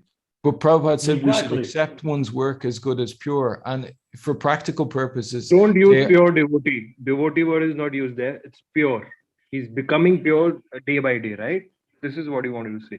Say that, please. No. Please go. This is Prabhupada's words here, Prabhu. It's a lecture from Los Angeles, and the lecture states. I mean, I can read the whole. But if we follow Arjuna and Krishna, then we get the perfect knowledge.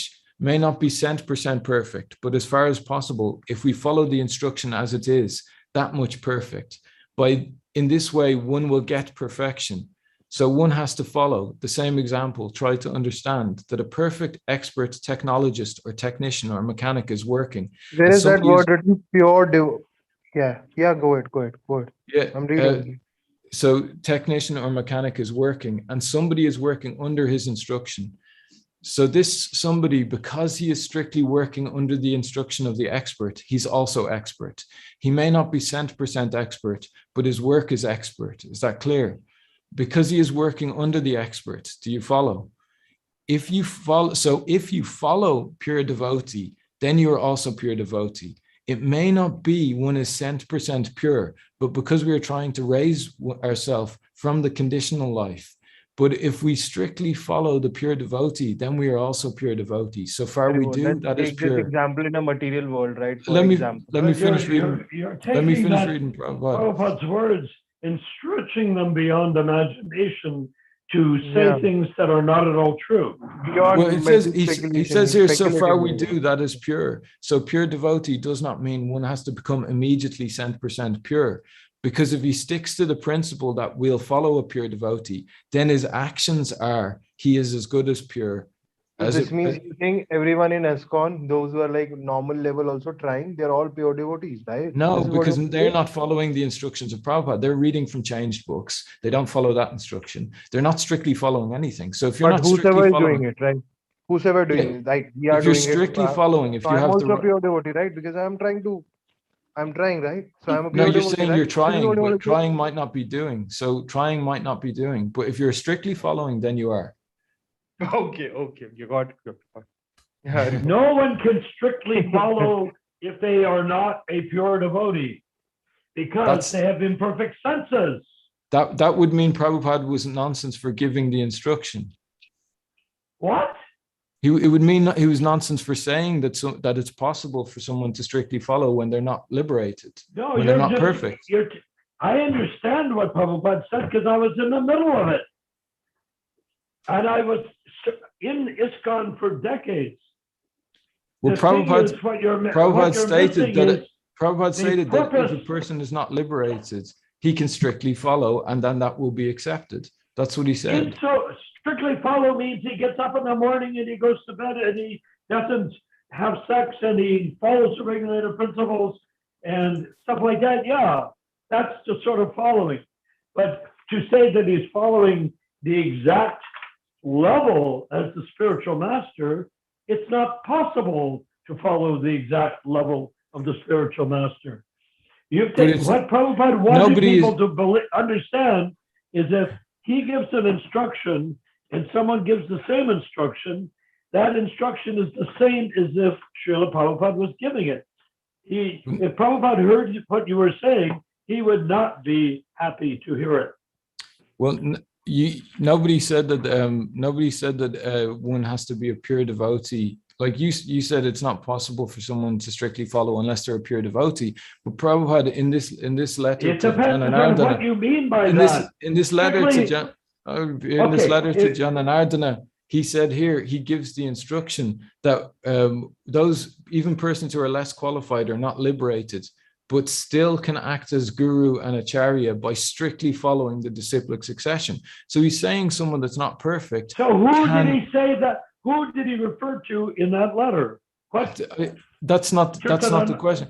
It's simply proving Oh, what yeah. you said there is not true. Chirtaranda. It's proving what you said to me was not true. You said someone who strictly follows must be a liberated pure devotee. And it's saying here that someone can strictly following without being a liberated pure devotee, and there's a reason for it. It depends how you define strictly following. Now you're changing the definition. You said that you said No, words have meaning, that they have meaning, and you said that, and then that's Prabhupada saying it, and you're telling me I'm the one who's contradicting Prabhupada, but you're the one who's contradicting Prabhupada because you've said it. Here it's saying a person who is liberated acharya and guru cannot commit any mistake, but there are persons who are less qualified or not liberated, but still can act as guru and acharya by strictly following the disciplic succession. If it is the injunction of the Shastra that anyone who sees the deity in the temple as made of wood, stone, or considers the acharyas and gurus as ordinary common men and discriminates Vaishnavas or devotees as belonging to a certain caste are called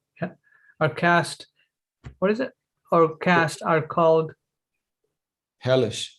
hellish.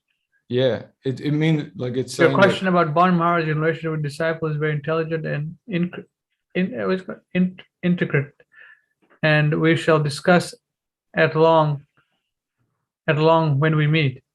So Ronald Prabhu, your query from the Nectar of Instruction, has that been followed through to the end?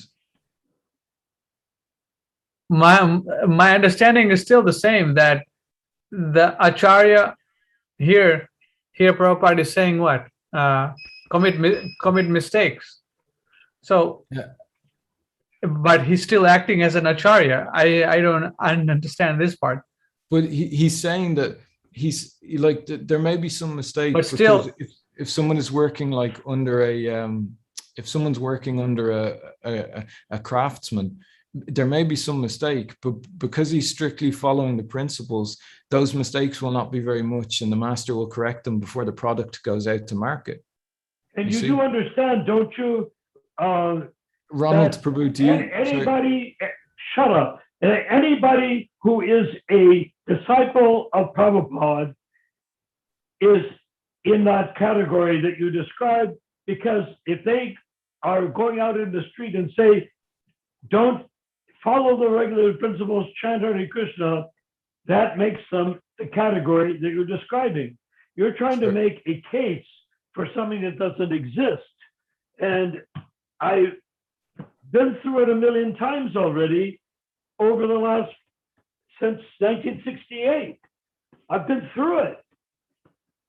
And I don't get your question. Could you repeat the question? I'm making a statement.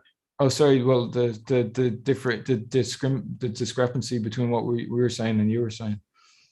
He's saying that he's been doing that. So this category applies to anyone who's doing that, like a disciple of Srila Prabhupada, telling people to follow the regulated principles and chant. Exactly, yes. But Yes. So anybody but who, if you, the verse, if- Ronald Prabhu, the verse that I read in the Bhagavatam says on the order. He says, therefore, Sri Chaitanya Mahaprabhu says on my order. That is So- Srila Prabhupada's order, that you make people chant and make them follow the regulated principles. Yeah, What order by do my you need? order, you may become a spiritual master. One can immediately become a spiritual master by having full faith in the transcendental words. So, yeah, because Lord, in the Lord- age of Kali, in this age of Kali, if anyone gives the holy name to anyone, he is technically the spiritual master of the person that he's chanted to. yeah, but the But thing you is, shouldn't put on a big fat crown and sit on a big red chair because of it. but there's still a discrepancy in what you've been saying and what is presented here. It says, although a follower may be a liberated person, May if he not follows- be a liberated. Sorry. Although a follower may not be a liberated person, if he follows the supreme liberated personality of Godhead, his actions are naturally liberated from the contamination of material nature. So Yeah, Lord that's the Chaitanya very therefore basis. says, by my order, you may become a spiritual master. One can That's the immediately become. essence. That is the essence of ISKCON, and always has been the essence of ISKCON from the very beginning. When I joined the temple in San Francisco on Frederick Street, 1 week later, they had me giving a lecture. Why? Because I was put on a position to be the teacher. 1 week after I shaved my head, I was a teacher sitting on an asana, not asana, but like a raised platform, giving a lecture in the temple. So, yes, that's what it means. It means that you, as long as you pull in some of your prickly spines, can go in and give a lecture in a temple, and your words will be considered equal to Prabhupada's as long as you don't deviate from what Prabhupada taught. I mean, Yeah, why has that become that's the probationer. such- That's what was described as the probationer period of shiksha. You've showed up and you're given a teacher position of shiksha, but it's probationer period because it's not like it's not the mature attempt. The Prabhupada said if you he went further in the probationer letter to say that those who follow his order, if they keep his order, like he said, I send you out as sannyasis, and his point was that if you there's a meaning by the order of the guru very strictly, then you become mature. Otherwise, it will be artificial attempt, and that kind of guru will not help. Just like there are so many gurus and avatars and yogis coming, but for time being, there's some culture. And what is the effect? Just like this, what is that? So he said there that he said in this that he sent I'm sending you to different places. That is meaning that I'm giving sannyas, I'm sending you to different places. So this means you have to carry out the order of the guru very strictly. So what are you saying now? then you Narayan Prabhu and people who are instructing people to chant Hare Krishna and follow the regulated principles, now they are probationary guru, or what are you trying to say here? That's the general order. People are probationary shiksha guru until they become mature. That's what Prabhupada is saying here. Mature means what? Mature means that once they've, so this means that you have to carry out the order of the guru very strictly. Well, that's being done already. Then you become mature. So if someone is strictly following the orders, then you become mature. And the orders are vani, and they're also regulative. If you follow the orders very strictly, then you can even take initiation as a member of ISKCON. Or you can't. Okay, sorry. You cannot become a member of ISKCON unless you follow the orders very strictly. Okay, so that's Ronald, the requirement for regulated principles, etc. You have to do that. But there's more than the regulations. There's the Vani also, and he's saying that he's sending people out as sannyas. He's sending people out as probation or shiksha gurus, and they must keep to that undiluted dispensing of the philosophy. He's saying that they must keep to that undiluted dispensing of the philosophy to become mature. And if their probationary period, they don't do that, if in the probationary period they don't do that, then they won't become mature. But if they come to a point where they are strictly repeating and not changing things, then they will become mature. So Ramachandra, is there any discrepancy in what you're understanding? Is there any, so I was asking Ramachandra that is there any, like Ronald, in what you were trying to say there, you were trying to make a point and or ask something about it, one of the two. About this, you asked me to you were asking. I said the order of the guru very strictly, then you become mature. Yeah. You said no, but you asked me a question earlier, and we came down to this. Is it satisfied? This all came from the nectar of instruction. You were saying you don't see how it's different from the philosophy you yourself and Narayana were putting forward before, that people must be an Uttama Adhikari. Well, nectar of instruction. I asked you for an example here. So you said Kirtan Ananda, but I am looking at Chaitanya Mahaprabhu's pastimes where there were many Shiksha gurus. They were all liberated souls, and they were direct descendants from Krishna Loka. So that is the ideal example, not Kirtan Ananda or questionable people. Yeah, at that time, Kirtanananda and Hayagriva had stolen Prabhupada's Gita, and at the time that he wrote that letter, were trying to publish it in their own name. Is that your idea of what Prabhupada meant as a Shiksha Guru? Well, Prabhupada meant two types of Shiksha Guru. As I said, Ramachandra, he said that there is a probationary period, which is the immature attempt, and then there's the maturity, which is when someone is strictly following, and that person does not have to be perfect, as it states in the letter to Janardana. Well, the person that is not perfect can be engaged in an active homosexual relationship and be stealing your guru's book and trying to publish it in his own name. That's the example you're giving. That's not simply an imperfection, that's a breach of the regulations. And if that was done regularly, Prabhupada said that one should not be in such a position if one is regularly breaching the regulations. I thought you mentioned, didn't you mention Kirtanananda in 1968? Many weeks ago, I showed a quote that said, that Kirtananda has deviated. There is another quote about from 1968. No, I'm talking about this one letter to Janardana. Didn't Prabhupada in 1968 write that letter to Janardana about Kirtanananda? I don't know, was it about Kirtanananda? Well, you're the one that wrote the letter, read the letter. You should know if he wrote it or not. I can't remember. Why are we taking this? Why are we taking these questionable people as Shiksha gurus? I mean, come on, Nobody's saying you should take questionable person as a Shiksha guru. Then the Shiksha guru must be Uttama Adhikari. Then take. Ramachandra. He said the leaders should be above suspicion. So if they're questionable and under suspicion, then where's the question of taking them? It does not, like he said that the temple presidents should be above suspicion.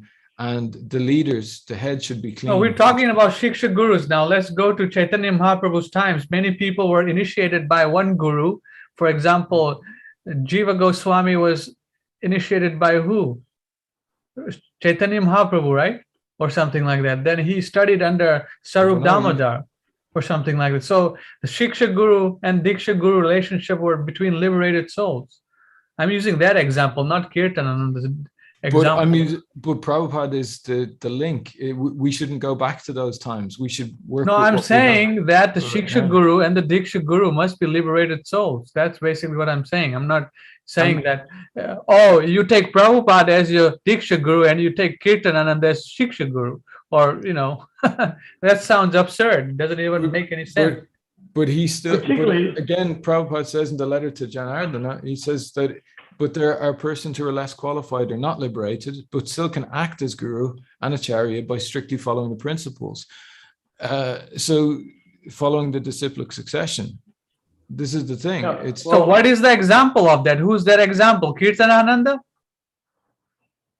That's what he's giving as example. well, no, he said Kirtananda can be accepted as Shiksha Guru so long as he does not deviate. So here is talking. But Kirtananda was deviating completely before Prabhupada wrote the letter. Or shall we say, as Prabhupada wrote the letter, But Prabhupada said Kirtananda in was the letter, deviating. Prabhupada said in the letter, I do not think he is saying anything against what I'm saying. So Prabhupada maybe had not heard him, say Huh? anything against him. Prabhupada was saying, I do not think he is saying anything against me. So Who? Kirtanananda, Prabhupada said, I don't think he is saying anything contrary to what my teachings are. Well, he may say that, but he was stealing Prabhupada's Gita to publish under his own name. Okay, but Prabhupada was specifically referring to like the Prabhupada repetition was of the verses. keeping his book. Kirtanananda had already committed the most unbelievable offenses when he came back from India in 1966. And Prabhupada gave him sannyas because Kirtanananda was telling the devotees to cut off their sikas and to not chant Hare Krishna on beads. So he gave him sannyas so that he had no choice but to teach people to chant on their beads. Prabhupada was not dealing with ideal people. Look at me. I'm sure you, of all people, will agree I'm not an ideal person, right? So he was not dealing with ideal people. But he created a concept, almost like an illusion, that when he told me to follow Brahmananda, even though Brahmananda wasn't doing anything super bad, but they would buy bagels and go off in the basement and eat them without offering them to the deity and stuff like that. And from the strict way I was trained up in Los Angeles, San Francisco and Los Angeles and Seattle, you just don't do that. And so I said to Prabhupada, well, this is so disturbing. And also he said that sleeping with your feet towards the pictures of the deities. And he said that we don't, I tried to tell Brahmananda we can't sleep with our feet facing the deities, our feet poking towards the deities on paintings of the Krishna and spiritual master. And Prabhupada agreed with everything I said, but said, it's not your job to criticize Brahmananda because Brahmananda's in charge. And I took that very seriously. Unfortunately, it may have cost Srila Prabhupada his life from being poisoned because I restrained myself when I heard people like Tamal saying Prabhupada is senile. And I could not accept it, but at the same time, Tamal was in charge. I didn't stop him from saying that. Well, Rama Prabhu, he's saying there in the letter to Janardana that but he can still act as a guru and acharya by strictly following the disciplic succession. So it's the strict following that enables him to remain in the position. And then if he remains strictly following, he becomes bona fide. He becomes a bona fide guru at the end of the probationary period. He says when the probationary period is finished, then he is naturally automatically bona fide guru, not in the probationary period. So he's in the probationary period. So how many lifetimes? In the probationary period, he's acting on behalf of the spiritual master, and he's not actually a guru, but he's still as good as a guru. This is the thing. Only insofar as he's representing the exact siddhanta of the guru. In his work, his work is his work and his words, his actions, he has to be exemplary. But when you say that the probationary period is over, the probationary is as good in his work, and the other. Are you suggesting that might be in the same lifetime? There's no the probationary period being over, same lifetime, or maybe 20 lifetimes. There's no time limit on things because you make it because everyone is individual. Lifetime. Prabhupada said that the result of Krishna consciousness can be achieved in 1 second. It depends on the soul. and their individual free choice. Well, and because free will. the jiva has to become an uttama adhikari in 1 second. It's not that easy to do. Yeah, but Or it's if not you about don't- time. It's if you it's don't- not if about you don't time was ca- the purport If you of don't that. care about your relationship with Krishna, you could become a grain of sand on the beach of the Jamuna River. Hmm. That takes far less work than becoming a cowherd boy, friend of Krishna.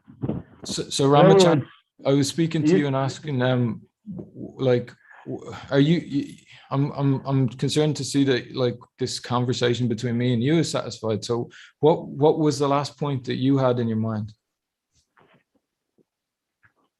Last point I had in my mind, Yeah. I don't know.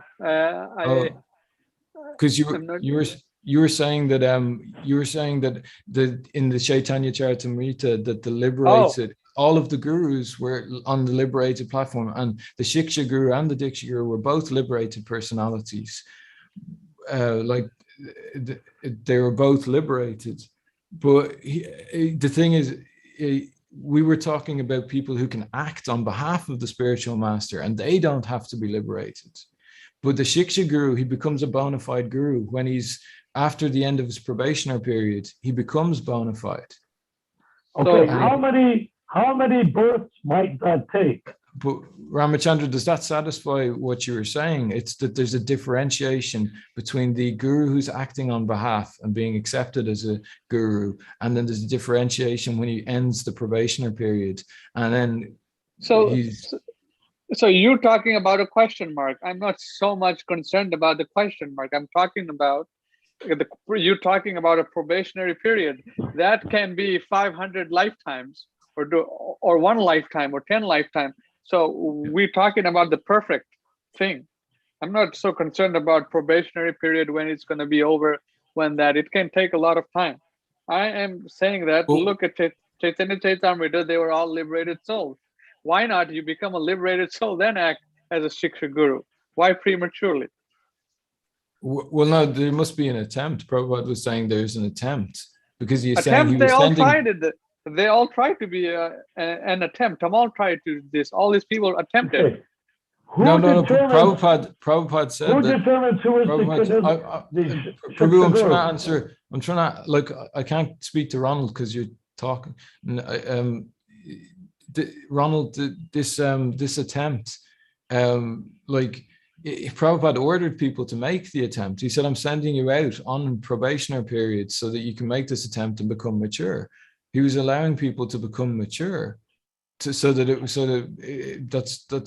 a process to become mature. I mean, people could surrender immediately, but I'm asking Ronald, is he satisfied with this answer? Like, because Prabhupada said attempt it, so you're attempting it, but you have not attained it. So why are you going to claim something that you're not? Ramachandra, Prabhu. What are you saying that I've claimed? Ramachandra, what are you? A question? What are you saying? Gregory will not let me speak. But I was trying to speak to him, and you want to cut through. I'm going to ask Ramachandra to Ronald, answer you're the moderator. question. Please decide who you want to. Okay, I don't want to talk to you, Gerald. I want to talk to Ramachandra. Ramachandra, yes. Why not ask him who determines who is supposed to become the Shiksha Guru? Who picks the Shiksha Guru after Prabhupada is no longer here? That's a good question. Yeah. Yeah. No, it's the same question. So, Gregory Prabhu, how can we answer that question? Who picks what? Who picks? Well, Prabhupada has asked in this thing that everyone become a acharya and strictly follow his orders. And he's asked that everyone become an acharya by strictly following the orders and by strictly representing him. And he says in this that at the end of that period, you will become mature. Now, how one is then given the order, I don't know that. I don't know how at the end of your probationary period that he gives the order to become a fully fledged Shiksha Guru. I don't know how that happens. I also don't believe it discredits the entire conversation we've had from this entire discussion if I Do you can't know answer that question. all the Shiksha gurus are coming from the spiritual world, at least Lord Chaitanya Mahaprabhu's time, and in this lineage also? Yeah, and do you get the point that Prabhupada was saying that if you're working under one of those people, you're in their sphere, you're part of that. So the thing that you were saying, that this thing of being a resident of Krishna Loka and being able to give people what is really needed to be given, that is possible for people who aren't, as long as who aren't exactly perfect, they're not exactly liberated. And it's possible for them by association and by working strictly for that person. That's the resolution to it.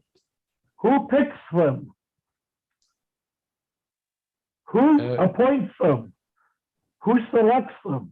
Well, Prabhupada's already, again, this answer of who selects them, Prabhupada said that his initiation is the selection, and we've discussed this earlier, that Prabhupada said that the initiation comes by determination. It's the formal initiation is only a formality, but by following what Prabhupada wanted strictly, this is actually the initiation is in the determination. Practically, that's what Prabhupada said. People are selected by their determination, and then if they become mature, then who chooses them? You're thrashing around. Who chooses them? And don't obfuscate. Who chooses the Shiksha Guru? You ask that question, and you're going thrashing around like a fish in a net. So are you referring to as a Diksha Guru who chooses them to be a Shiksha Guru, or are you referring to the public who chooses them as their Diksha right or now, Shiksha Guru? Who picks a Shiksha Guru right now? No, I'm saying from which side? Are you saying the Diksha Guru selects someone to be a Shiksha Guru? Or are you saying who's the Diksha Guru? Hold on, I'm trying to clarify your question. I'm saying, are you referring to the Diksha Guru selecting someone to be a Shiksha Guru, or are you referring to some person selecting someone to be their Shiksha Guru? You mean you just go out and find a stranger in the street and make him your Shiksha Guru? No, I was asking which one you're referring to. I'm not referring to any of them. You're referring to Shiksha Gurus. I'm saying who determines if they're qualified to be a Shiksha Guru. Oh, that's the Diksha one. That's the determination of qualification. It was the first option of the two I gave. Who's going to do it right now?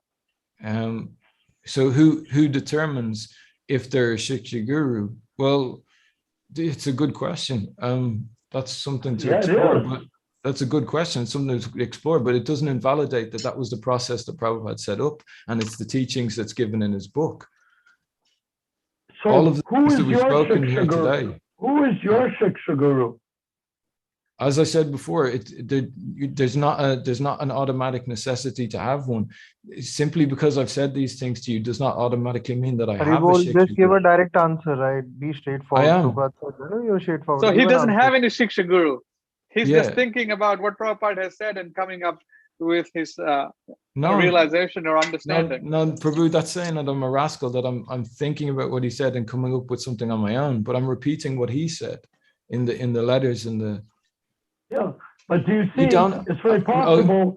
Ramachandra Can Prabhu, you weren't. can You you might not have been can- here. Can you wrap your Ramachandra brain Prabhu might around? not have been here earlier, but we covered this earlier, and Prabhu asked No, we me. didn't. We obscured it. Prabhu, What if- Ramachandra Prabhu, you asked me that, like you said that I'm coming up with this because I don't have a Shiksha Guru.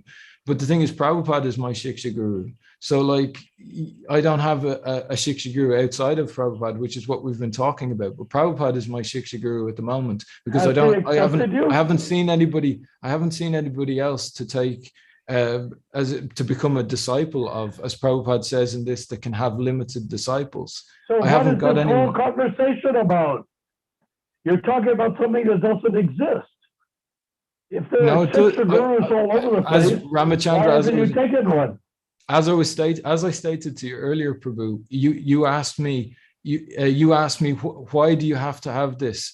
And I said to you, it's Prabhupada said that you can take a Shiksha Guru, like you can Prabhupada take says- instruction from an Prabhupada advanced says disciple. that you can take a Madhya Madhyakarya as a guru, but you cannot advance further than your guru. So he says that. So Yes. well, that's referring to, as I said, in the nectar of instruction, that's saying one should not become a spiritual master. So if someone becomes a spiritual master on their own, you can only advance as far as that person. But if someone is working under Prabhupada as a monitor, then you're not actually really working under the monitor. You're working under the teacher in the class, and the monitor is going by the lesson plans of the teacher. The monitor. The monitor. This is the thing. Who appoints him? You're going on the assumption that there has to be a monitor. And I explained this earlier. No, I said to you, you are. No, Ramachandra said to me, it's rascal. If I don't have a Shiksha Guru right now, that what I'm saying is rascal. But that's not the case. I'm trying to explain what you... Who even told you, who has told you that you can accept Prabhupada as your Shiksha Guru?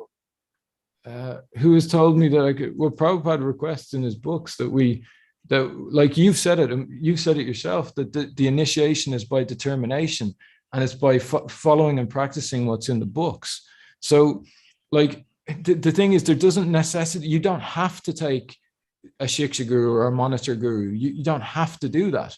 But it says here, therefore, one can take learning, instruction from an advanced devotee. Sorry, the sentence beforehand is sometimes a Diksha Guru is not present always.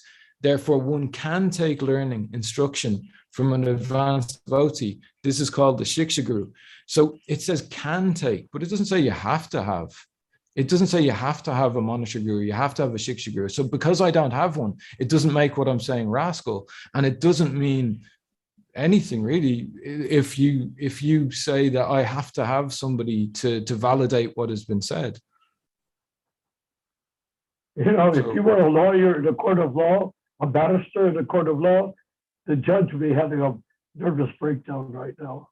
Oh, but the judge would probably be able to prove it. So if you can say so, please prove it by saying so. Are you a lawyer, a barrister? What is your training? My training is reading Prabhupada's books and presenting and trying to strictly follow and trying to represent Prabhupada and serve him as best as I can.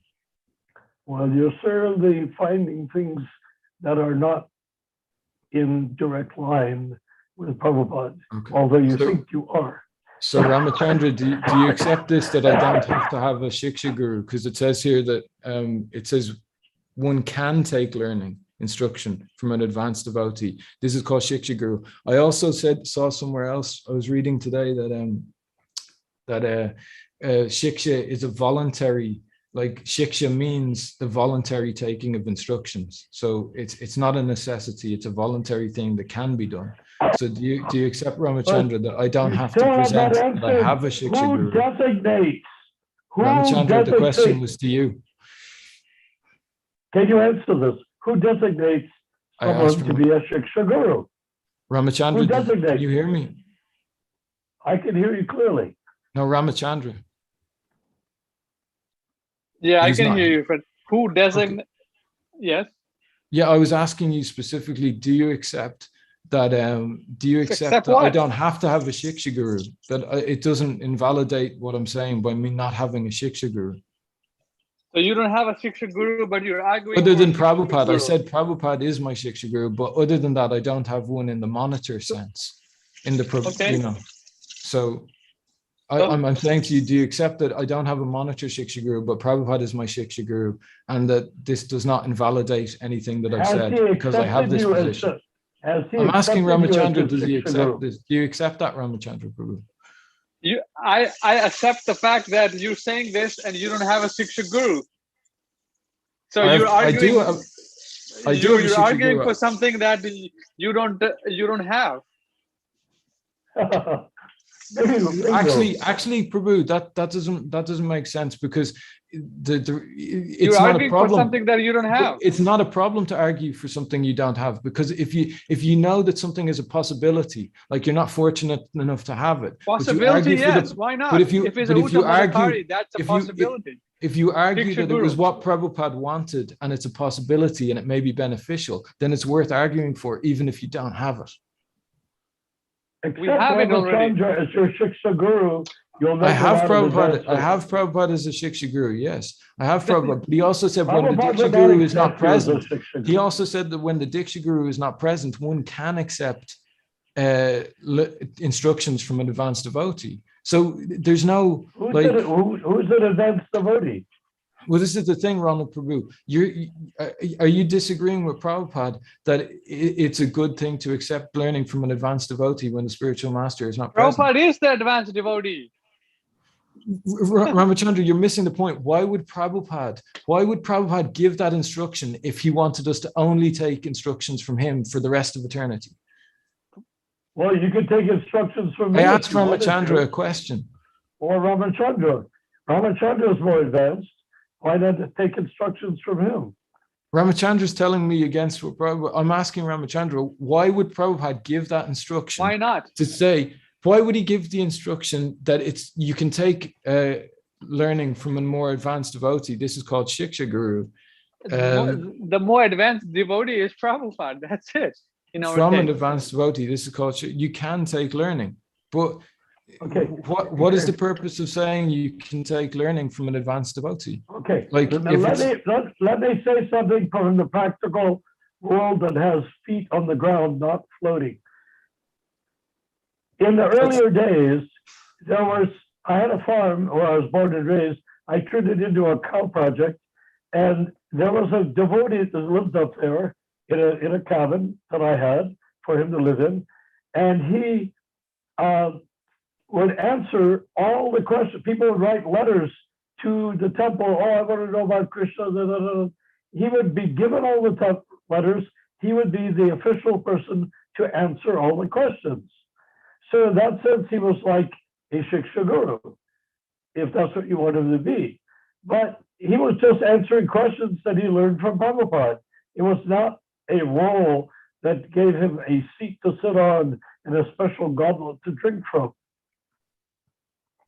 Nobody was referring to that. I mean, you say that what you just said is based, it's not floating in the air and it's on the ground. But you've been presenting to us for months now that the spiritual master cannot have a non-liberated person act on his behalf as a guru, and I've shown you something that says that. So you're saying that everything you say is not floating. You're saying everything that you say is grounded. You're saying it's all grounded, but it's not grounded in Prabhupada's words. Because you misunderstand them. The actual fact is anybody who hears the holy name of Krishna once and tells somebody else to chant Hare Krishna is the exact guru you're talking about, Shiksha Guru, because he's repeating the words of the spiritual master. Any word that the spiritual master says, if you repeat it, you're a Shiksha Guru.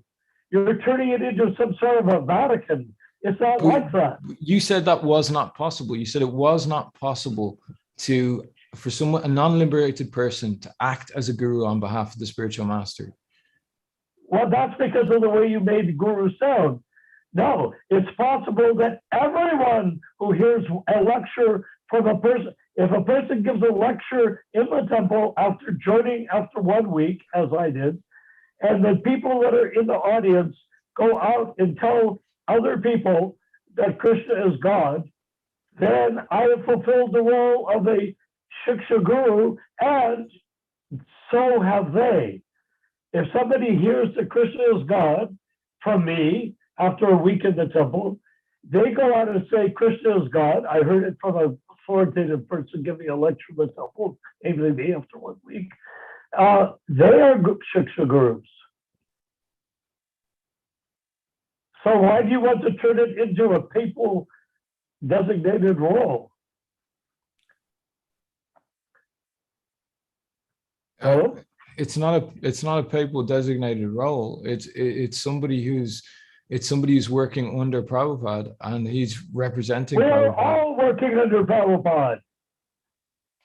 But if you're strictly following what he is saying, then Yes, are you that's, strictly following? Everyone is following something from Prabhupada. If I tell you chant Hare Krishna, is that following Prabhupada? Definitely, yes. It is. If I say chant Hare Krishna, is that following Prabhupada? Actually, it's following Lord Chaitanya Yeah, through yes, Prabhupada. yes, through Prabhupada, yes. Okay, so I'm your Shiksha Guru. In that, I've told you to chant Hare Krishna. If you can understand that Shiksha Guru means whoever is repeating what Prabhupada said, then you don't have to have this guy as a special person that you surrender to, but rather that you just listen to Prabhupada's philosophy flowing from the lips of his disciples. Right. That's all there is to it. It's simpler than that. You're turning it into this whole Prabhupada said that the nightmare. Prabhupada said that shiksha means voluntarily surrendering to the instructions of a person. That's what shiksha means. Yes. So yes. if you voluntarily surrender to a Therefore- person's instructions, then you Therefore, are you can surrendering. become a Shiksha Guru as soon as you give up trying to turn the Shiksha Guru into a cardinal with a big hat on his head. The Shiksha Guru is not an official representative of anybody. In that sort of Shiksha Guru, it means a guy walks into the temple, says Hare Krishna, someone says Hare Krishna to him, he goes out and says to a stranger, they told me to say Hare Krishna. He's just Shiksha Guru of the person that he's talking to, even though he never heard anything about philosophy. That's what Prabhupada actually meant. Whoever is repeating my words is actually a Shiksha Guru. Why? Because he's repeating my words. Insofar as he's not repeating my words, then he's not a Shiksha Guru. That has to be accepted by you and all of us as well. It's simpler than you think it is. And it's nicer than you think it is. And it's more beneficial than you think it is. And it gives you Prabhupada directly, which apparently you're afraid of. If there's a monitor guru in a class, it does not mean you're not getting directly from the teacher. It means the teacher is present or not present. Sometimes the teacher is present, sometimes he's not We present. just discussed this right now. Yeah. That if he's repeating, telling him to chant Hare Krishna, he's getting it directly. Well, what's the difficulty? Yes. So sometimes the teacher is present, sometimes he's not present, but you're still getting directly from the teacher. It's not about the teacher. It's about the information. Teacher. Who cares about the teacher? It's about the information that you get. Well, that's what I was saying. I was saying directly. I was saying it's coming from I said it was referring to the it was referring to the instructions. It was referring to the instructions. Okay. So I said it is coming. Sometimes the teacher is present and sometimes he is not, but it is still, and it was referring to the instructions. So it is still coming from the teacher, whether he was present or not. It's not a question of instructions, it's a question of message, information. You said it was about instructions just a second ago. You said it's not about what I said, it's about instructions and information. So what?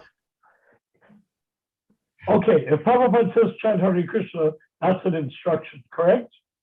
Yeah, it's information and an instruction, which is Yes. Therefore, I have become your Shiksha Guru because I tell you chant Hare Krishna. And I'm saying that because I heard it from Prabhupada. Okay? No, if I voluntarily accept it from you, if I surrender and voluntarily accept it, then you become Shiksha Guru, yeah. If you don't voluntary, involuntary, why are you bringing this involuntary? Because Shiksha means voluntary acceptance of instructions. Everything is voluntary acceptance. Even Diksha is voluntary acceptance. So why is it voluntary and involuntary? Because the jiva is always because it depends who you accept. That's what my point was. It depends who you accept.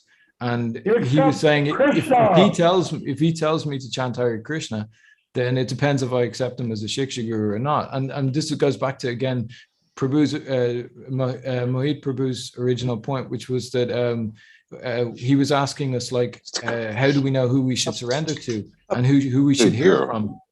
And we should hear from people who strictly represent Prabhupada and do not adulterate his words. So we choose who we choose who to take shiksha from, even if the instruction is a correct instruction, like Narayan was giving the instruction of chant Hare Krishna, which is correct. Even if it's a correct instruction, we still choose who we take shiksha from. So Narayan asked me, because I give the instruction, does that make me your shiksha guru? And I was saying, if I accept you as a shiksha guru and voluntarily accept your instruction, then it does. Yeah, because it's a voluntary. If I give you the correct information, is that not me acting as a Shiksha Guru? Oh, only if we voluntarily accept it.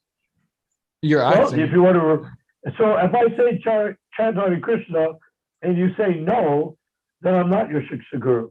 If you say yes, you're not someone's guru. If they don't accept you, you're not their guru. Yeah, that's a fact. Okay. Do you understand that the Shiksha Guru may not be the same person at any given moment at any time? A Shiksha Guru is the person who tells you the truth when he tells you, representing Prabhupada. Anybody who represents Prabhupada is then your Shiksha Guru. Yeah, I don't know where we've gone with this, and I was trying to. The last thing I was trying to resolve this point with Ramachandra, and we've kind of keep going away from it. And I'm not sure where you're going with that. Like, we're going out in the open where everything is visible, not in your secret little enclaves. Yeah, you keep adding an ad hominem attack to the end of everything instead of discussing the things that we're discussing. So that's so if it's an ad hominem attack, but you're taking up time. I was wanted to hear what Ramachandra had to say. Ramachandra's had had very little of the time. I think I'm speaking to a human. But of the time to speak. Of the time to speak, though, like Ramachandra's had very little time to speak, but I would like to hear what he'd have to say. Like percentage-wise, you've taken up a lot of the time to speak, and he hasn't. And I was trying to clarify with him so we could see if we. You're just obfuscating, if you know what that means. I don't. So go ahead, Ramachandra, speak. You are his Shiksha Guru. No, he has to accept me as a Shiksha Guru then. Say something acceptable, like chant Hare Krishna, then you're Shiksha Guru, unless he disagrees, of course.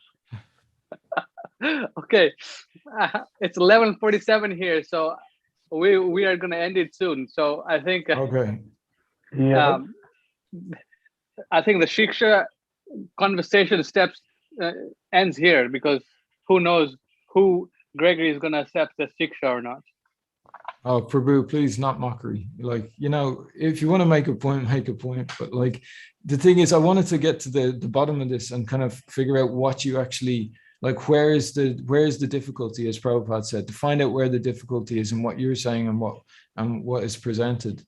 Well, we have discussed this many times, and our conclusion is still the same, and your conclusion is, I don't understand what you're saying, so we'll have to discuss it again or some other time, or something like that, because we have discussed for enough times already. Time is going. Fine if you don't. You got to take. Okay, so okay, well, thank you for discussing so much, and and this is later than I'd hoped, because tomorrow morning, starting at 8 o'clock, I'm going to be leading kirtan on a movie set. All right, let's end it here then. Haribol. Oh. Okay, thank you. Thank you very much, Hare Krishna Prabhu. Mahaprabhu, I hope you liked the conversation. So I'll see you on Saturday. I loved it. Okay, Haribol. Okay, see you guys Wednesday.